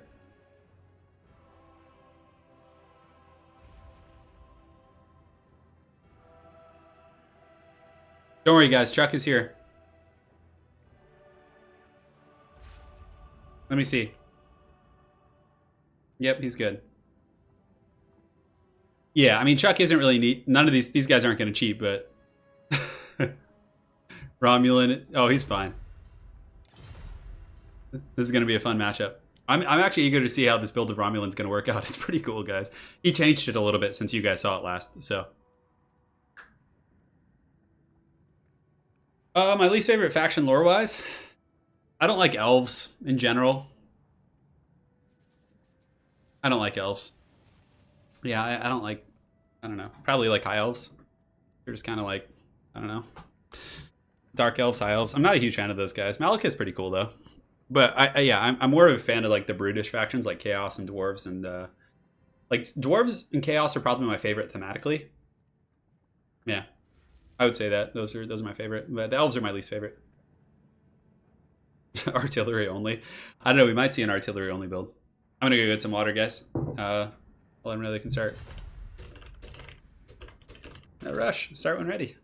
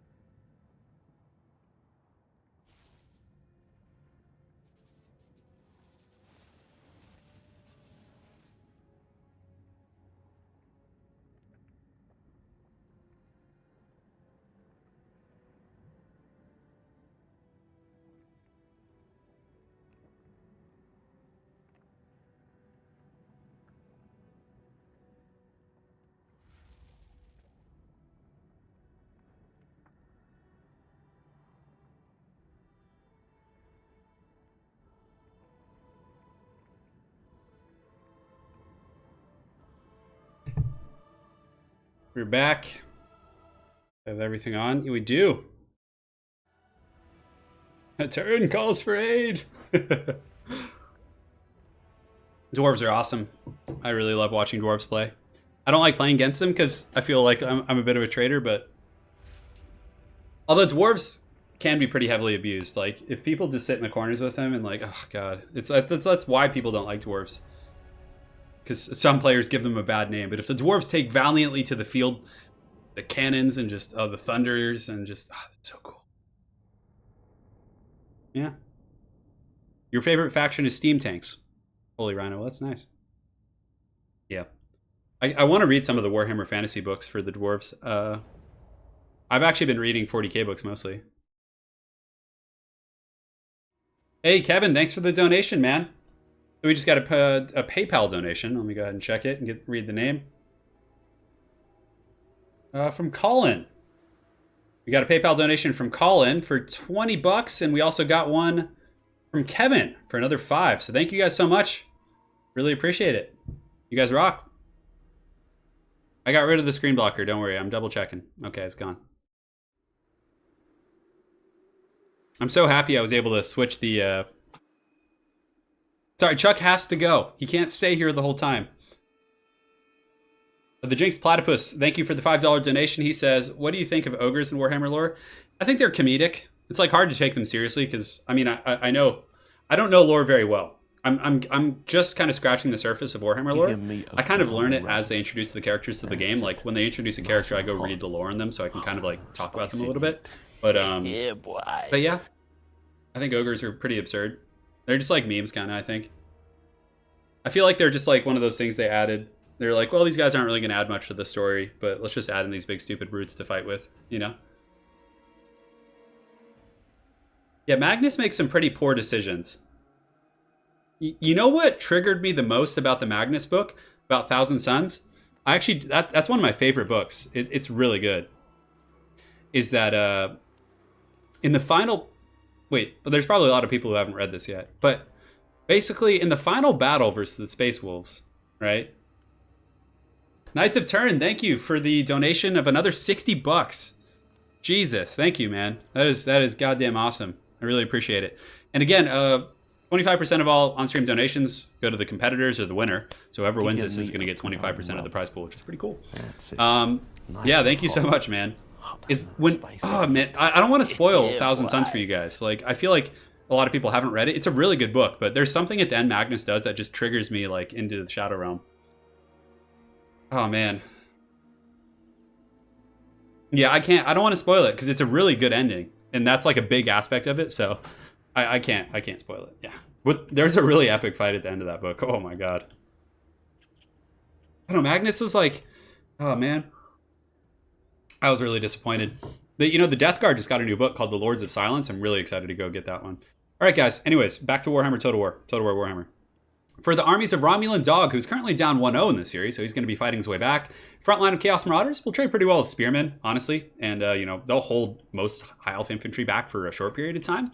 Pretty mobile, too, at 35 speed. They're going to be covering for a couple Hell Cannons. So Romulan Dog's going to be trying to force this fight into like a big open field, just kind of a zoo, basically, so that he can't advance on the Hell Cannons, right? He's going to have all these threats and poking things and random units everywhere. Aspiring Champions, Warp Chicken. He does have 2 groups of Chaos Trolls who are also quite fast. 54 speed, they hit very hard against White Lions, and yeah, just decent regenerating unit. He does have Marauder Horsemen, Marauder Horsemasters, 2 groups, so each is going to be Horseman and Horsemaster kind of teaming up. 1 group of Chaos Chariots, and the Warp Chicken is going to be rocking the Final Transmutation, Searing Doom, as well as Plague of Rust. So pretty cool army for sure. I think it'll work well if he's able to counter skirmish the Reavers. And oh, but look at this. He does have this. I don't think this is the Walmart dragon. We'll just call this like Target dragon or something. But for Xiphos, he does have a dragon. So is this I think it's a moon dragon. The moon dragon here is going to be able to use its breath attacks to melt the Hell Cannon. So potentially going to get some good value out of that. He does have Reaver Archers. So 1, 2, 3 Reaver Archers, which are going to be very good against the Marauder Horsemen as well. But Romulans, he's going to need to be able to defend against the Princess. He can Final Transmute and then also defend with the Horsemasters and stuff. He's going to need to really be on top of that. For the rest of the troops, he does have a High Mage, so he does have Soul Quench and Apotheosis, and that's pretty much it for spells. For his infantry, Phoenix Guard, White Lines, Phoenix Guard, Spearmen. So yeah, getting a little bit wild back there. Romulan actually with a bit of a Vanguard with Marauder Horsemen. He's going to need those guys in the front though, I think. So yeah, the JC Penny Dragon. Yeah, absolutely. Yeah, 1,000 Suns are really, really cool for sure. Yeah, this is going to be a hard one, though. I mean, I think that Xiphos has a very good counter build to what Romulan's doing. But again, Romulan has plenty of anti-air as well. And Warp Chicken, can get really good final transmutations. And the Princess has Apotheosis, but Apotheosis isn't like heavy healing, not like a regrowth or something. So, yeah, I don't know. It's really going to come down to the skirmishing game. The Hell Cannons are off. I'm curious what they're going to shoot at. They want to be shooting at the Phoenix Guard. But, oh, look at this. The double tracing Hell Cannons coming in. It does clip 1 lonely Illyrian Reaver. So this guy literally got 2 Hell Cannons to the face. Just going to be melting into the warp, which is always fun. Hell Cannons now are going to be shooting at the Illyrian Reaver Archers. So yeah, things are getting pretty wild. So here comes the shot right into the center. It does take out 3 models, so definitely netting some pretty decent value there. Another Hell Cannon shot is going to be shooting at those Reavers. It's actually doing pretty well. The Moon Dragon looks like it's wanting to get a breath attack, but the Hell Cannon's doing surprisingly well in the skirmish game here. So another shot just ravaging those guys. Just great stuff. The Marauder Horsemen actually chasing and fending off the Reaver Archers as well. But, ooh, look at that. So the Princess is getting some decent shots right here on the Hell Cannon crew, but it still has a fair amount of, the members. Looks like a couple of those Chaos Orbs did get taken out. And it looks like there was a Soul Quench, the missile attack being used on the Aspiring Champions, or maybe it was on this and it kind of just got blocked. But, ooh, look at that. The HP of the Hell Cannon, very, very low now. Anyways, Marauder Horsemen over advancing a little bit. These are the Horse Masters, actually, so he needs to be a little bit careful with those guys because they are expensive. And the Reaver Archers can definitely outdo them in terms of range. But, he's poking back the forces of the High Elves. Hell Cannon's over here. Let's see where this one's going. Come on, get in there. It'd be funny if Romulan would start manually aiming, but he can't really do that because there's too much micro. Like, he needs to be on top of his game here.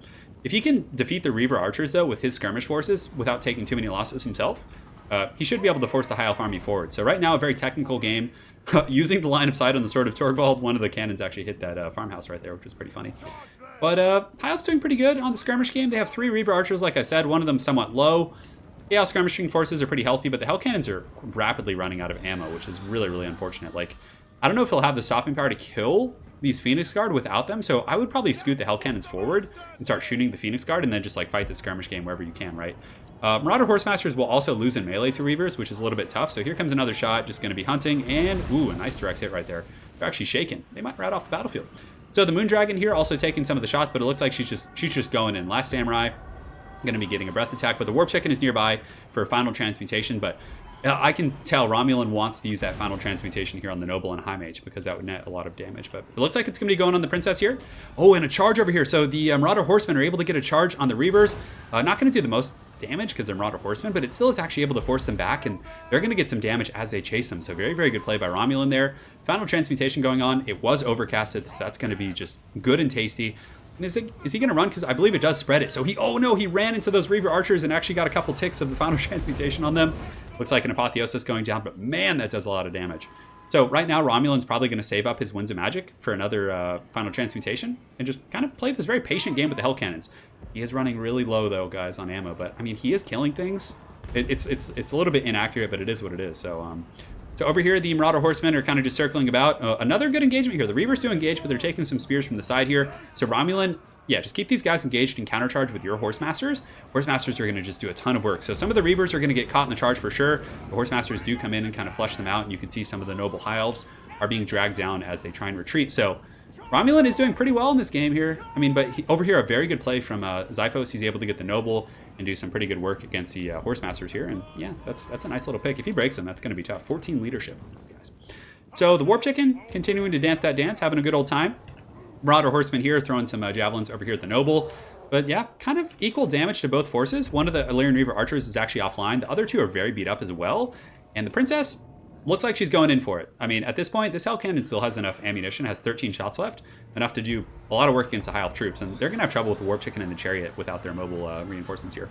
But let's see what the Warp Chicken does. He's probably saving that Winds of Magic. He could definitely be used up in the front to even hit this Mage and attack the Noble here. Some of the Infantry of Chaos do push forward, just providing a bit of a screen, forcing the Reavers back. And the Reavers are running out of ammo, whereas Romulan seems to be conserving his ammunition a little bit better on his Marauder Horsemen, although I don't know which one starts with better ammunition.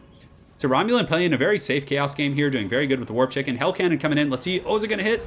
Oh, it almost hits. That was a pretty close shot here. But one of the Reaver Archers, let's see if it's gone. Yeah, it ran off the battlefield. So he only has those two now. So Chaos slowly destroying the skirmishing forces of the High Elves. And the Hell Cannons, this one has 10 shots, and this one only has 8. So he's running a little bit dry on that in that department here.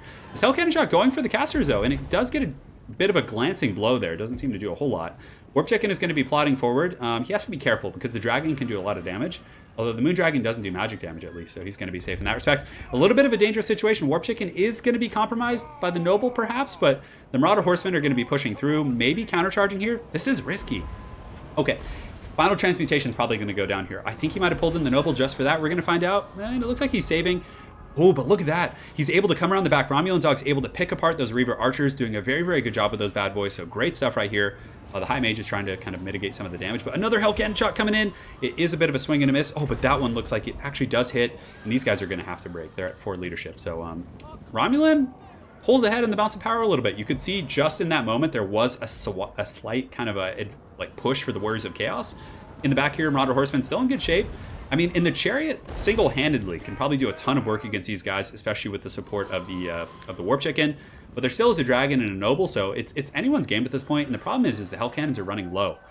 7 shots in this bad boy, and it looks like, oh no, this one is out of ammo. That is really, really tough. So those Phoenix Guard are not going to go quietly. So at this point, if I were Romulan, I'd probably just start shooting at the Phoenix Guard, because Marauders are going to have a little bit of trouble there. Though the Princess is low, Warp Chicken can cycle charge into the Shadow Realm. He also does magic damage, which surpasses the physical resist of the Phoenix Guard, so there's a lot of back and forth there. So right here you can see the Marauder Horseman getting some decent shots on the Princess, but good micro from Xiphos. He's kind of scooting back and forth. And I'm really eager to see where that second final transmutation is coming from. Aspiring Champion's actually getting down here and engaging, but not able to do a whole lot. But if he could get one on these two characters when they're standing side by side, that could actually be super valuable. So the Chariot looks like it's going to be coming in. He does have Chaos Marauders ready for the spears, but yeah, he should definitely be microing that Chariot over there and running those guys over. The Hell Cannon is now shooting at the Phoenix Guard as well, so that's going to be pretty good. But the Noble actually getting kind of beaten up by these Marauders. Looks like the Dragon's going to go after the KFC Lord, but KFC Lord should turn and fight, I think, with the final transmutation. Oh, and it's going. This is going to be brutal. This could be game clinching. It's actually pinned down by a lot of high mass units. It's having trouble escaping. Oh, and it gets the Noble too. That is so much. That is a value train right there. And now the Warp Chicken's going to fly in with his KFC stick and just start beating him like a drum. The Princess getting very, very low. It's wavering. The leadership is at -1. That was a beautiful cast. He picked the Noble there, and Romulan pulls a pretty clear advantage at this point. So the Chariot is going to be swooping around the flanks, maybe going into these guard over here. It looks like it does pull through those guys. Man, that was great. And the Hell Cannon shooting in at the Phoenix Guard as well, and he does kill the Noble. But it's still going to be a hard game. Granted, Romulan does have Chaos Trolls. I kind of forgot about those guys in my assessment, in all honesty, but he needs to chase that Noble off the battlefield. Just like, if you can allocate some Marauder Horsemen to do that, that would be great. So the Hell Cannon shot is coming in. It's going to be going after the Princess, actually. So a swing and a miss, almost getting the Princess down, but she is so beat up now. These Chariots, Romulan can't forget about these. He needs to keep them. They're going to be so crucial for finishing off all of these heavy infantry. And it looks like they, at the very least, disrupt that formation. So right now, the Chaos Forces are advancing. The Marauders are swooping down the hill. And it looks like he's charging in with the Dragon when there's Trolls nearby. Oh, and he overextends. If these Trolls turn around, if Romulan's able to get the micro and turn those guys, that could be it for the Princess. But it looks like the Trolls do continue to push forward, which is a little bit risky. Although there is a single Chaos Troll helping. He does get the Marauder Horsemen to come help with this fight. It looks like the Princess is wavering, taking quite a few shots here. Romulan Dog with some great play. Definitely wanting to get some of that high health booty right here. And you can see the Princess is actually just going down, like getting very, very low. The Marauder Horsemen are charging in. 0 leadership, 3 leadership, just on the edge of tanking. Over here, Aspiring Champions and Marauders easily going to be able to clean up those Spearmen. And the Trolls, though, Romulan unfortunately sacrificed the Trolls. That was really, really unnecessary, losing those guys. He also lost some of his Marauder Horsemasters. So that could potentially get Xiphos back in the game, guys. The Hell Cannon still has a couple shots, but it looks like it's hitting the terrain. And he also needs to chase off this Noble. I mean, he's had beautiful play, but a little bit of a slip up there, giving away the Trolls for free. I mean, they basically just ran into halberds and died. Also, his Chariot's been in here a little bit too long. Romulan needs to get those Chariots out. And you can see he now gives it the order to pull out. It is shaken, though, and it does lose a Chariot model, which is going to be a little bit tough. Oh, man, let me have some water. It's so intense. But over here, the Warp Chicken is going to be chasing down the Noble. Noble has about 32 leadership, give or take. Yeah, this is anyone's game. I mean, it's very, very close. The High Elves have so many elite infantry left, though. They have those Phoenix Guard. The Hell Cannons are out of ammo, so Romulan, at this point, might as well just grab the Hell Cannons and run the crews over here. My apologies, guys. I almost lost my voice. It's so goddamn intense. So the Trolls are going to come over here. At this point, Romulan does have a bit of a mobility advantage, so he can get the Trolls. He can sweep around, but a very nice breath attack from the Moon Dragon. Just roasting those Marauders, getting a little bit of damage on the Trolls, but nice pick there, isolating those guys. But yeah, these Chaos Marauders are not going to be able to put much of a dent. But on that same note, there's not a whole lot to deal with Warp Chicken. I mean, Warp Chicken can kind of just fly around with his drumsticks and do as he pleases. The Noble thinking about coming in as well. Does Romulan have any fire from the Marauder Horsemen? It looks like he has a little bit of ammunition left. Troll's getting a pretty nice charge into those white lines, but he really needed to have chased off that Noble. I think that would have been huge. The Princess has been getting some really good hills as well, so Xiphos has been doing a great job for sure. So the High Elf forces are going to be piling in right now. The Chaos Trolls, again, wavering. I mean, they're all spears and halberds, so they're having a little bit of trouble finding a home. But it looks like they are going to stabilize here as these spearmen on the flanks are taken care of and pushed off. And it looks like there's going to be another missile attack coming in from the Princess. So right now, there are some Marauder Horsemen. The cannon crews for the Hell Cannons kind of just lurking in the distance. There's still 85 Chaos Marauders here. They're putting somewhat of a dent in these guys, but it's really going to come down to, can the Warp Chicken deal with the Noble and these Phoenix Guard on his own? It's going to be a lot because the Chaos Infantry are not sustainable here. A really good Apotheosis going down on the Noble, and you can see Xiphos actually creeping back in the Bounce of Power a little bit right now. From those Apotheosis. Like that Noble coming back gives him a huge answer against Warp Chicken. Warp Chicken is like the prime target for this Noble to kind of skewer with its stick. So, man, it's just such an insanely close match. But right now, he's kind of getting double teamed a little bit. Yeah, the Phoenix Guard plus the Noble doing a very good job here. If he has one more final transmutation in his bank, I think that Romulan can pull this off. But if he doesn't, I feel like the High Elves are just going to win because of the durability of all these troops. I mean, the Phoenix Guard are just standing and just taking hordes and hordes of Marauders. Looks like the Dragon's going to be charging in, but the Trolls are nearby. Oh, if he can get the Trolls, attack the Princess, and then get the Warp Chicken in there on the Dragon, he might be able to pick it off. So you can see the Trolls, are they fighting? Are they terrified? It looks like they're shaken. They're going to be terrified off, which is so rough. Now the Warp Chicken's a little bit alone right here, and it's usually you get 3 final transmutations max. Romulan Dog actually going in with the Marauder Horsemen, a very risky gambit, but the Princess already pulling back into the Spears and the Halberds. So that's tough. I mean, he tried to catch it out of position, but I really think the High Elves are going to win this now. A couple things, sacrificing the Trolls and the Chariots, he really needed those. He played beautifully like early in the game, but now things are starting to slip up a little bit. You know, it's just tough. The Halberds are just so tenacious. I mean, the Hell Cannons needed to kill the Halberds, right? But the Warp Chicken, oh, okay, guys, this is it. If he has a final transmutation, Romulan might be able to pull this game out. It would kill almost everything here. It would do some great damage. But if he doesn't, I think that's just going to be game. Marauders are piling in, maybe a couple coming back to help out against the white lines. But for the most part, it looks like he's a little bit out of steam. The Noble's in really good health. There's still some Chaos Trolls fighting on the flanks. But, you know, as their army starts to teeter a little bit, it's going to be tough for those guys. So Romulan doing his thing. He's getting some okay fire from the Marauder Horsemen. He still has a lot of ammunition on this group of 36 here. A nice Apotheosis from Xiphos is going to be going down on the Noble right there. And Sartorial, the Warp Chicken, is getting knocked over again by the Princess as well as the High Mage. So, I don't know. It's going to be a tough one to fight back. I really thought that Romulan might have had this game earlier on. And it looks like, Plague of Rust. Oh, Plague of Rust does go down on the Princess, but it's not going to be like a final transmutation that's going to be enough to really stop it.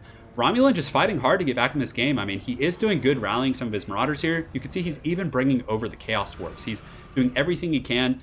KFC Man might be able to dunk on this Mage, though, which would be pretty good. And you can see the Princess is actually wavering. Only 400 HP. And, okay, so if he can deal with the Noble and the Mage here... Oh, there's just like an attack helicopter flying over my place here. Man, this Princess is probably just going to go in, and if it can get one really good charge here, this is such a close game.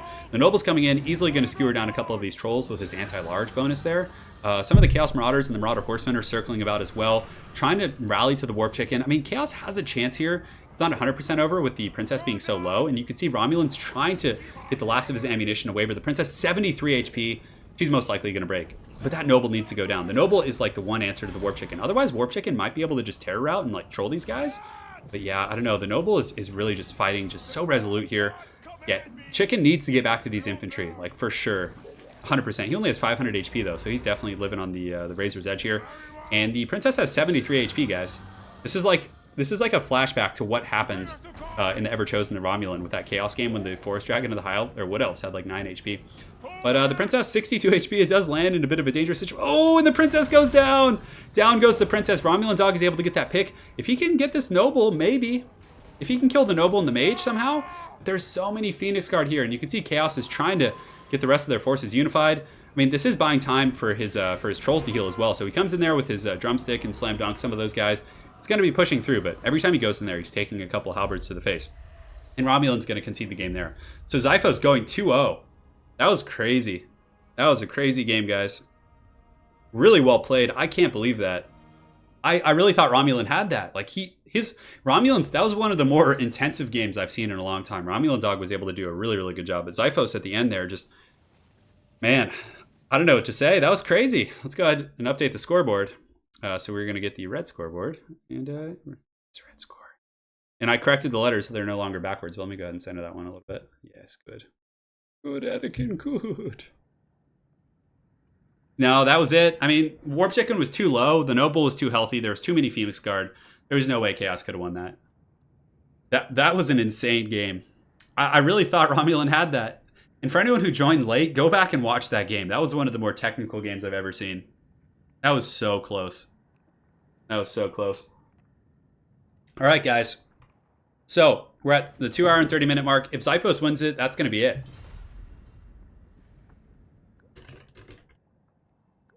That was insane. Romulan looks like he's going with the Dark Elves. So let's see what Zyphos switches to. They're going to set up the maps and everything right now. Why you rush? Hey, I'm not rushed. I'm ready to go. Pone says he only subscribed for the... Yeah, the Phoenix Guard would have fought to the bitter end. There's no way Chaos could have won that. They had like 3 Marauders that were like at like 10%. The Hell Cannons needed to switch to the Phoenix Guard earlier. I think his Horsemen could have won the skirmish fight by themselves, and the Hell Cannons needed to put a dent in those guys. It was too much. Yeah. Romulan played really goddamn well, though. That was a thing of beauty. Oh, now we get the reverse. We get Romulan with the Dark Elves against Zyphos and Bretonnia. So Zyphos won this matchup earlier against Romulan. So let's see if Romulan can go back and win it. He's going Dark Elves. They're one of the best factions in the game. They're really good. It's crazy. These guys play so different than me. They're like army builds. But I mean, it works. Yeah, there was a moment too when Romulan threw in the Chaos Trolls plus the Chariot and lost them both. When he was trying to Alpha Strike the Princess. That was a huge, like... He was obviously, his micro was more focused on finishing off the Princess, which is fair. I would have probably made the same mistake and lost even more. I mean, he was just solid. Oh yeah, Chuck. We need Chuck. Thanks for the reminder, guys. You guys are awesome. I see we had over 1,000 people watching there for a moment. Damn.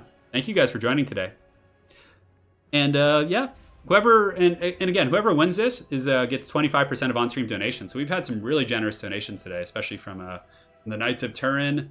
We got Jinx Platypus, Atticus, Magic D, Aiden, Colin Byrne, Chen, D Bison, Joey Letters, The Grassy Tiger, Mark Runyon, Jason, Adene, Brewmaster, Joshua, Maximus, King, Jerry and Doma, as well as a couple from Kevin on PayPal. So big thanks to you guys for sponsoring the multiplayer scene.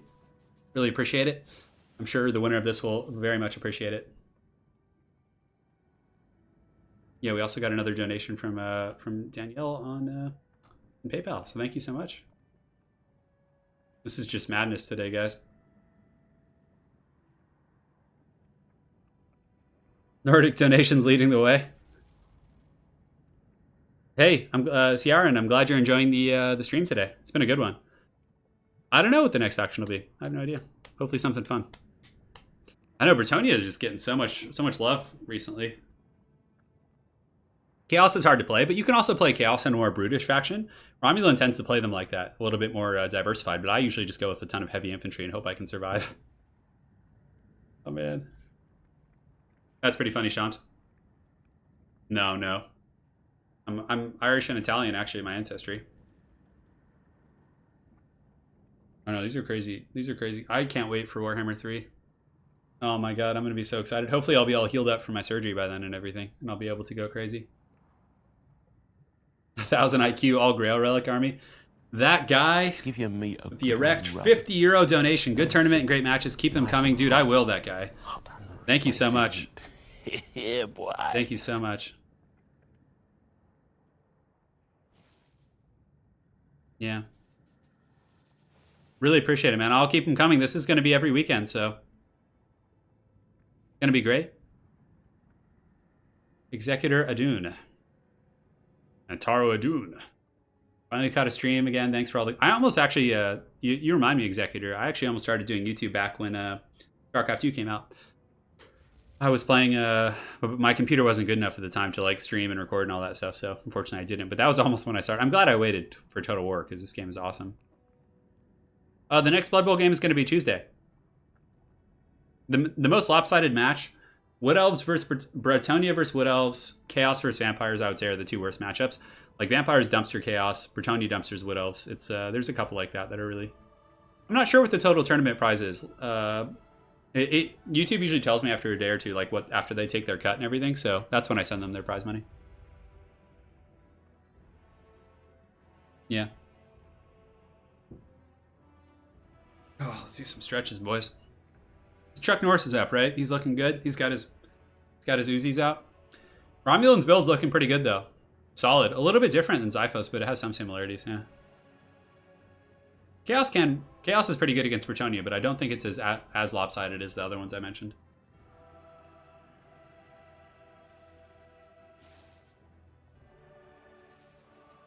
Lady Turin is I think she's with doggies in the living room. Yeah. No, there's no drama about quitting StarCraft. I just kind of like... I played StarCraft 2 like crazy. I played that a lot. And then the Zerg expansion came out and I stopped playing. I just wasn't... I don't know, I kind of burned out on it. At the time, I was playing Shogun 2 a lot. I used to play a ton of Shogun multiplayer. I still have like my Avatar Conquest profile and everything. Yeah, I loved Shogun 2. That was great. Warcraft 3 was my all-time favorite, though. Yeah, I'll play more Warcraft 3 when my hand's better. It's a little hard right now. I use all the strength I have to play Total War games for you guys. They've wronged us. Yeah, we can get 70s Chuck Norris. Yeah, when he has like the bowl cut and the fighting Bruce Lee. Yeah, it's a great one.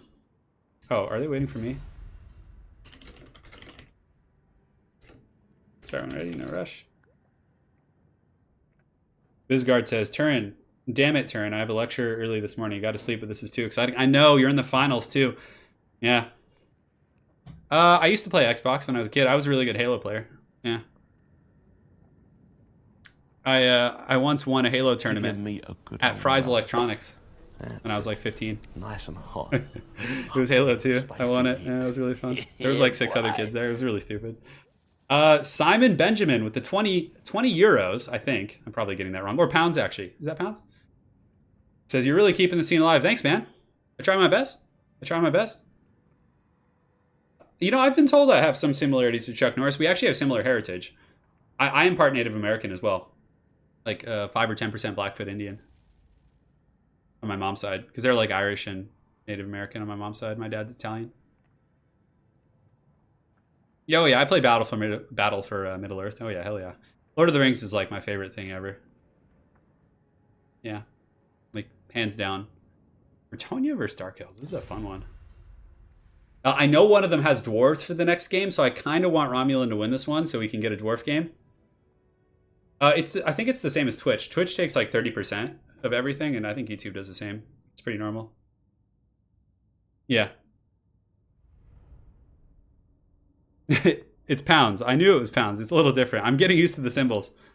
Dude, I would have loved to have been Chuck Norris. All right.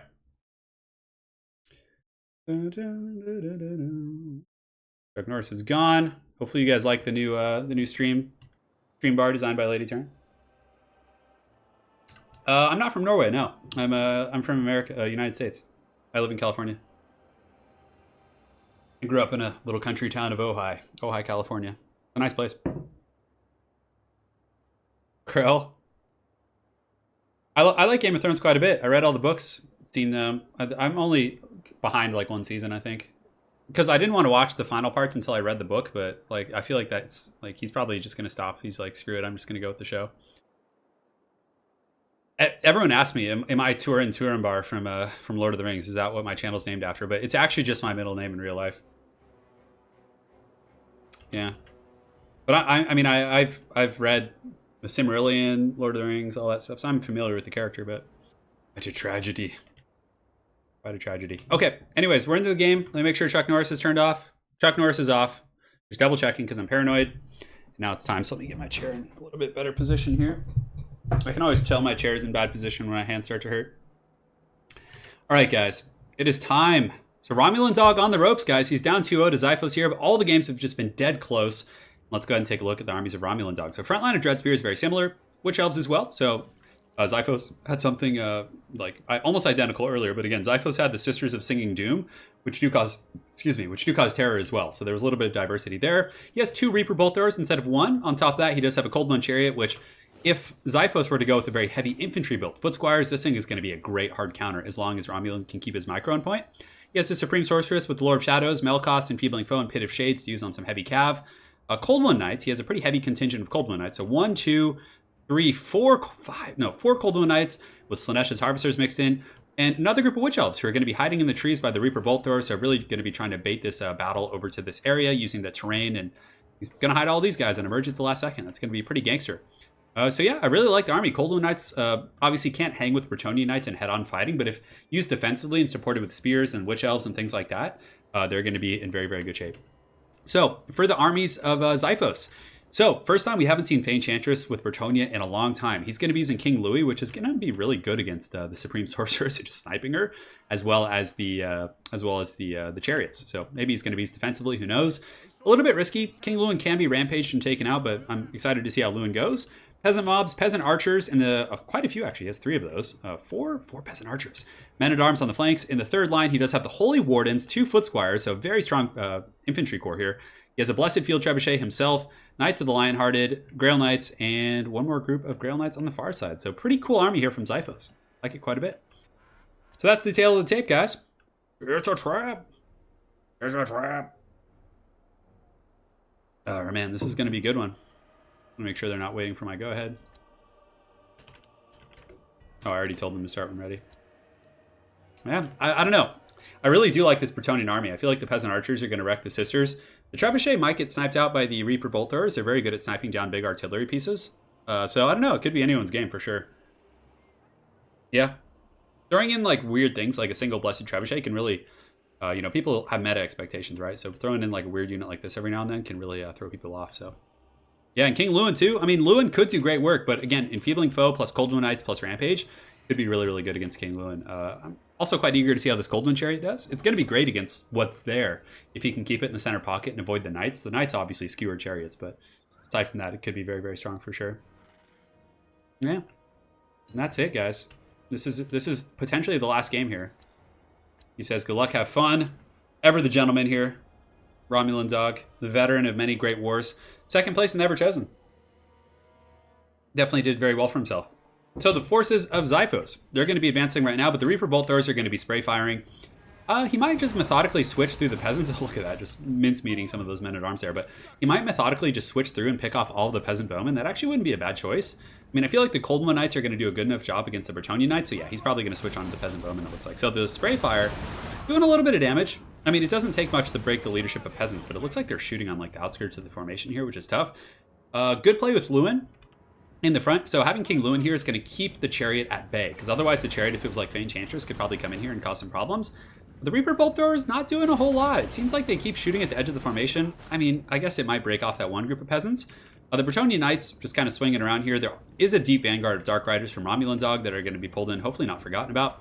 Now the chariots are going to be pushing forward. The Knights are far on the outside, so Romulan could charge in, but Knights of the Lionhearted are kind of waiting patiently here. The Blessed Field Trebuchet, has it started shooting yet? Looks like it's getting a shot. So yeah, there is going to be some Trebuchet shots coming in here. Yeah, but he is killing the Peasant Bowman, getting some decent value here. And you can see Lewin is going to be countering the Cold One Chariot. Yeah, the blessings are being bestowed upon the Dread Spheres, but the Dread Spheres are taking it pretty well. So good stuff here. I definitely like the idea of diversifying the fire in the Reaper Bolt Throwers, having them just start shooting at different groups of peasants. Cold One Knights coming after King Lewin, trying to fend off his attacks here on the Cold One Chariots. The Reaper shots are doing okay. I mean, definitely a little bit underwhelming. And now the peasants are going to be able to just shoot down the Reaper Bolt Throwers, so I don't know. It's hard to say. Lewin getting in there, just getting a little bit crunk, popping Foe Seeker. Cold One Knights are pulling back. Romulan Dog playing very, very conservative here, so quite eager to see how this goes. The Forces of Bretonnia are getting a good surround. I think that the Peasant Archers are out trading a little bit with the artillery pieces, but again, I don't know. It's too early to say. He does have three groups raining some heavy fire. There is some cover of trees though. I have them turned off, but there are some trees here that are helping a little bit. And it looks like a Melkos is going to be overcasted on the Knights of the Lionhearted in the back. Chariots are just going to be blitzkrieging in. It looks like at this point, maybe just commit to it. Just get in there. Yeah, and it looks like Romulan's going to commit. He can always cut through the infantry, but Knights of the Lionhearted ready to countercharge. So that's some very, very good stuff there. Cold One Knights charging in. The Spearmen coming in a massive charge coming in from the Dark Elves here on the far side. And yeah, look at that. The Chariots are going to be pulling back, so good stuff. He might be able to get away. He's actually pulling all these Knights into Spears, which is pretty good. That was a really smooth play by Romulan. In the meantime, Slaanesha's Harvesters, all these troops get a great piling in charge right here on these Peasant Bowmen. They might actually be able to break them. Cold One Knights looking to maybe charge these Grail Knights over here on the far side. Either way, it's going to be risky. Romulan needs to pull these guys back. Otherwise, they're just going to get shreked by those Grail Knights there. But anyways, Peasant Archer is still shooting in. It looks like a fat Soul Stealer has gone down in this blob right here. It does hit King Lewin a little bit. Chariots pull back, but the Reaper Bolt Thrower crew is offline. And Romulan in a bit of a dicey situation here with these Cold One Knights. So definitely dangerous stuff. Slaanesha's Harvester is going to jump in here. But the Peasant Bowmen have been kind of beat up. And yeah, these Knights of the Lionhearted here in the center just got absolutely trash canned by the combined forces of the Cold One Knights and the Chariots and some of these Dread Spears. And yeah, the Witch Elves, oh man, this could be it. If Lewin gets rampaged by these Witch Elves and then just like beaten down by the rest of the supporting forces and poked down by spears, that could be really, really bad here. But the Cold One Knights are going to take a lot of damage. Short of Corone going down, they're going to take a lot from the Holy Wardens and the Dark Riders with a very good rear charge. So Romulan Dog had those guys in deep, deep vanguard back there. Was able to get a brutal charge, but I don't know, it's a pretty close game right now. In the back there are some reserves. You can see Cold One Knights as well as the Hellebronai are still in pretty good shape, but the Bretonnia number is doing pretty well. Witch Elves fighting, Sword of Corone going down. They haven't been able to rampage yet. If they can actually rampage and kill this Damsel with Lure of Life, that would be good. I really like that Romulan is now piling in with these Slaanesha's Harvesters as well. He needs to win this fight. This is the fight, because if he can get the Damsel, just get your spears in there, get your Cold One Knights, try and win that AoE kind of blob fight, although it's always tough against Bretonnia with the overcasted Earthblood going down here.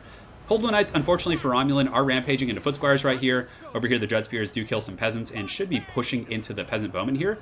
A very good play in the back line. Romulan is getting those Dark Riders, generating a ton of value, and the Bretonians are actually buckling. Over here, the Grail Knights are running. The Witch Elves kind of have this Damsel a little bit surrounded. There's a lot of Cold One Knights and Slaanesha's Harvesters, giving both poison as well as the Madness of Cain coming from the Witch Elves.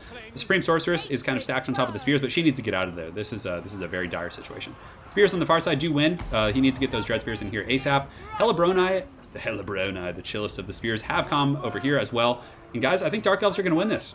I really do. I think the Dark Elves are in a pretty dominating position. King Lewin has been rampaged by the Sisters. There's Slaanesha's Harvesters, there's Cold One Knights. And I think that's going to be it. I mean, I know it seems early to call it, but Bretonnia is just so tattered.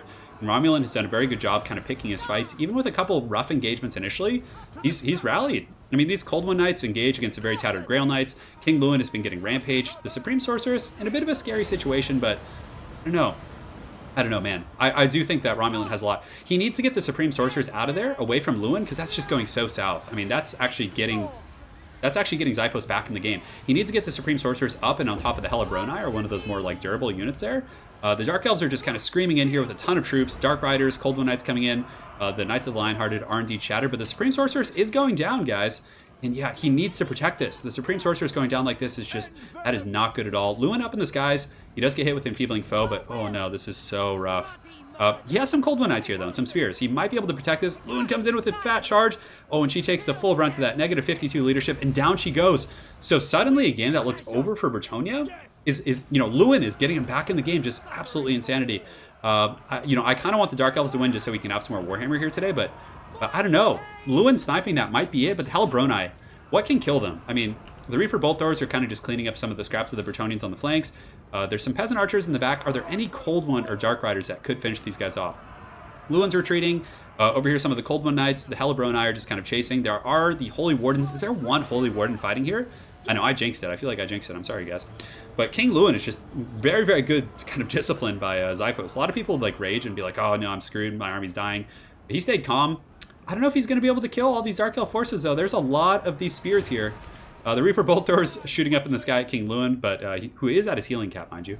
These Cold One Knights taking a little bit of fire from the peasants, but they might actually break on their own just because they're like, screw this shit, I'm out of here. Oh man, this is good though. The Damsel with the Lore of Life getting caught by a bunch of the spears. They might be able to tear out the Dread Spear. Sword of Crone going down as well. The Hellebronai coming in here. Rampaging Cold One Knights definitely going to be very useful. I mean, not the fact that they're rampaging, but the fact they're here. So he does get the caster. The Damsel with the Lore of Life definitely going to go down to these spears. Hellebronai are very, very tough to kill. Over here, some of these spearmen are going to be fighting men-at-arms, it looks like, but yeah. On top of that, Romulan Dog does have some Dark Riders. If he can clean up the peasants in the back, the peasant archers, that would be really, really nice. Xiphos is going to have to resort to some sort of cycle charging, because if Romulan, he needs to chase off this caster. Like, that caster needs to go. Looks like these Cold One Knights might be charging back in.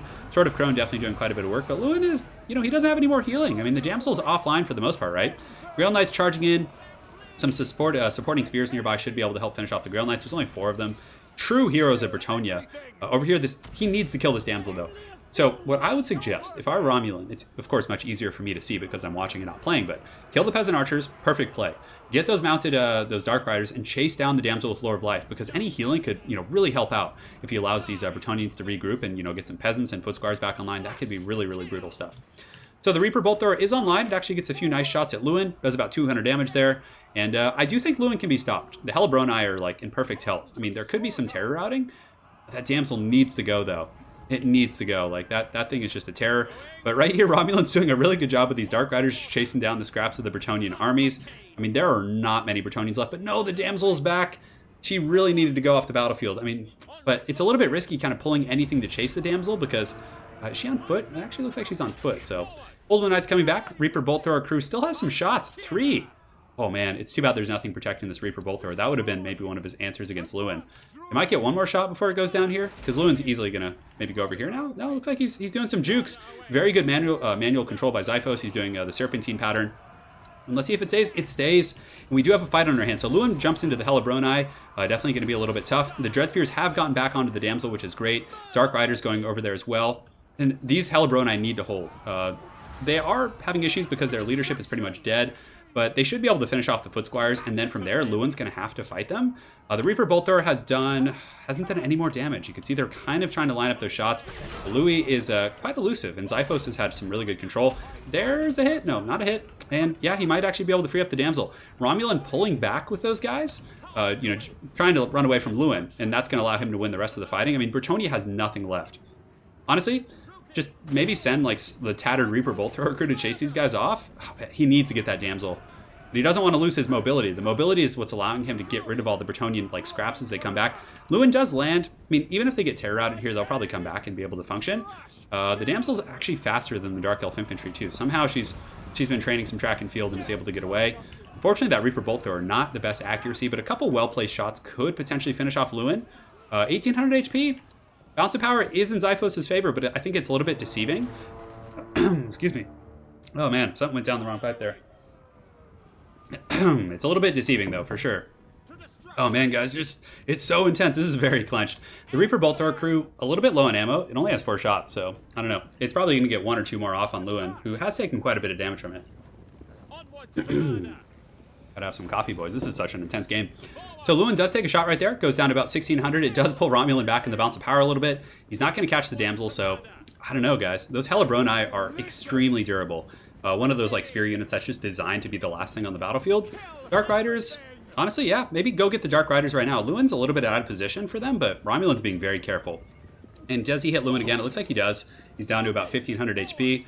And yeah, everyone's on the edge of their seats right now. I know, this is it. If Romulan wins this, he's going to stay in the game here. So Lewin is going to be chasing the Dark Riders at this point. Oh, but on that, when he's focusing on that, Xiphos does slip up and lets the damsel kind of get caught by these Dread Spears. If he can chase, this is a healthy damsel, pretty combat effective, right? Like, he's going to want the damsel to be fighting with Lewin in the final fight. So if he can chase this damsel off the battlefield and break its leadership, just collapse. Right now, he needs to grab these guys and collapse on the damsel. Lewin does, of course, land and breaks the crew as well as those guys, but there are no other Bretonnians left. The damsel's going to break as well, so that means Lewin, if everything else is broken, is going to start suffering leadership penalties by staying up in the air. So he's going to have to fight, and our rules do dictate that he has to come down and fight as well. You can't, draw kite or anything like that. Damsel's wavering, being harassed by these spears, kind of back and forth, just insanely close. And here comes Louis. So it looks like he knows. He needs to fight here. This is his best chance. And that Earthblood might actually win him the game if he does get an Earthblood off. But it looks like Sword of Crone going down. And is it an Earthblood? Looks like it might be. Lewin does take a couple, 80, 90 damage when he comes in there. It looks like the what's it called? The Cav over here for Romulan Dog are back online. He needs to finish off this damsel to just stay and fight. I mean, the Dread Spears are still here. He has 77 Helibroni, but he might actually get terror routed here. I don't know. Hard to say. Just pile in and go for it, man. See what happens. Lewin with some effective charging. Just get in there, attack the damsel. Yeah, it looked like those guys were in a bit of a weird position, but it's going to come down to the Helibroni. Can they do it? Can they do it? Can they do it? The damsel is almost broken. 22 leadership at 28 right now. Helibroni in a bit of an odd position. Good play by Lewin, just kind of terror routing troops. I mean, that's why you bring him, right? Because he's good at doing that. So right here, the Helibroni are going to be chasing down the damsel. He really needed to have broken this earlier in the game, I think, but here it comes, and he gets this round, he pushes up, and here comes the collapse. So now that she's fully surrounded, oh man, a little bit of a lapse on micro there from Romulan. Had he done an attack order, although it looks like he's just trying to get in the trees, which is fair. So now he's just going to brace and just take whatever's coming. So the damsel charging in with her cane, going to be attacking these guys, but yeah, these guys are going to be tough to kill. 37 leadership, 55. Lewin is taking a couple attacks here, so let's see if some of the spears can kind of prod him down. Damsel's fighting as well, but yeah, he takes almost 100 damage there, and the damsel is in the midst of it. So just kill the damsel to get your bounce of power back a little bit. It looks like some of the Dark Elf spears have rallied on the far side as well. So yeah, Dark Riders are actually just chasing these guys down in the distance. So they're all shattered. Romulan has chased down everything else. Lewin's in good shape. These guys are shaken. Oh man, he needs to keep these guys. And it looks like there was some sort of magic going down. So she has Earthblood and Regrowth. That is really bad.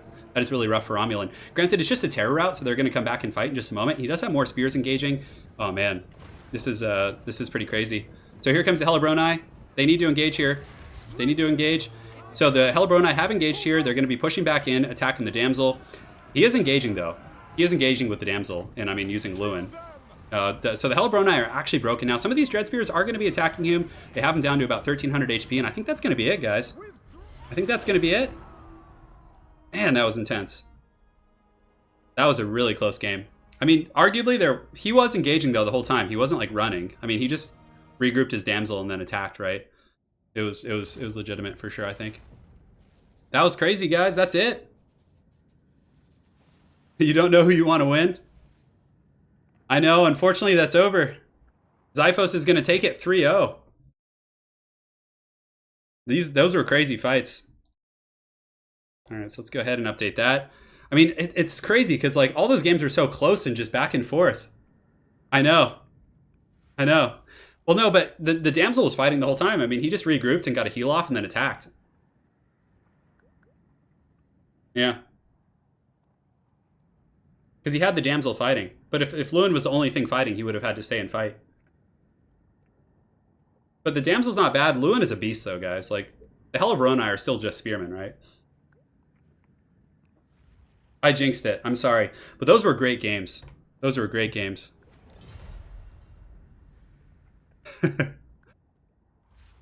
Yeah, GG, guys. Xiphos says, it's been a while since I got such tense games. Those were great games.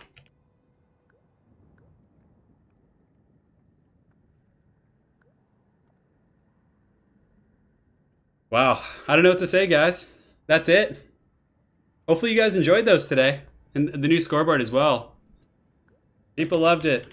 tourney is over, and we got some donations as well from That Medic with a $15 donation. So big thanks for that, man. And then Michael Bray, better late than never, with a $5 donation. Yeah, I would cast other Total War tournaments. Spicy meat. Yeah, boy. Thanks for playing. All right, guys. So Zyphos is our winner. He's going to come away. They're both, of course, very sportsmanlike, which is always nice to see in an esports community, with wishing each other good games, all that kind of good stuff.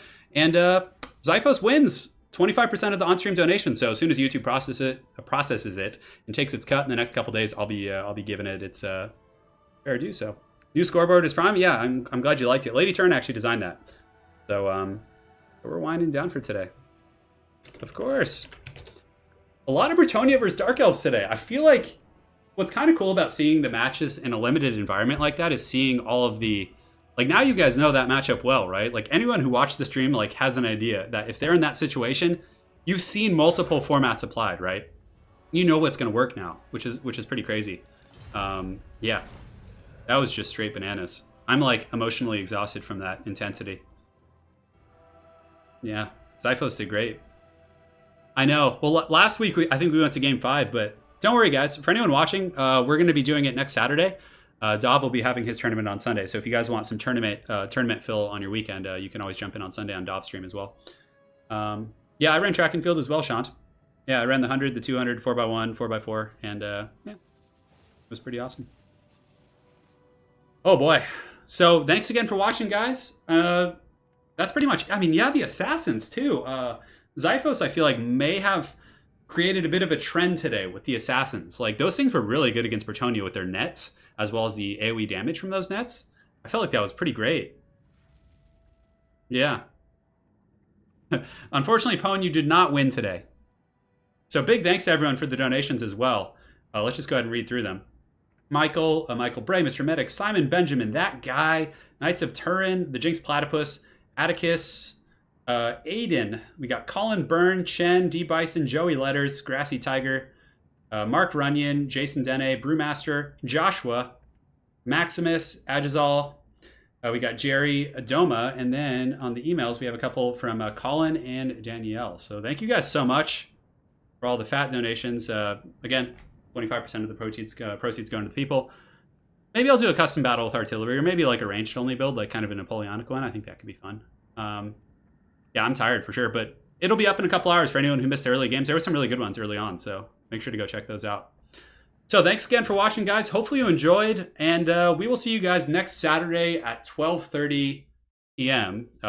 Pacific Standard Time, probably 12 or 12:30. You guys make sure to check the community section and all the other updates for that kind of good stuff. So, all right, guys, thanks again for watching. Hopefully you enjoyed, and we will see you next week. Take care.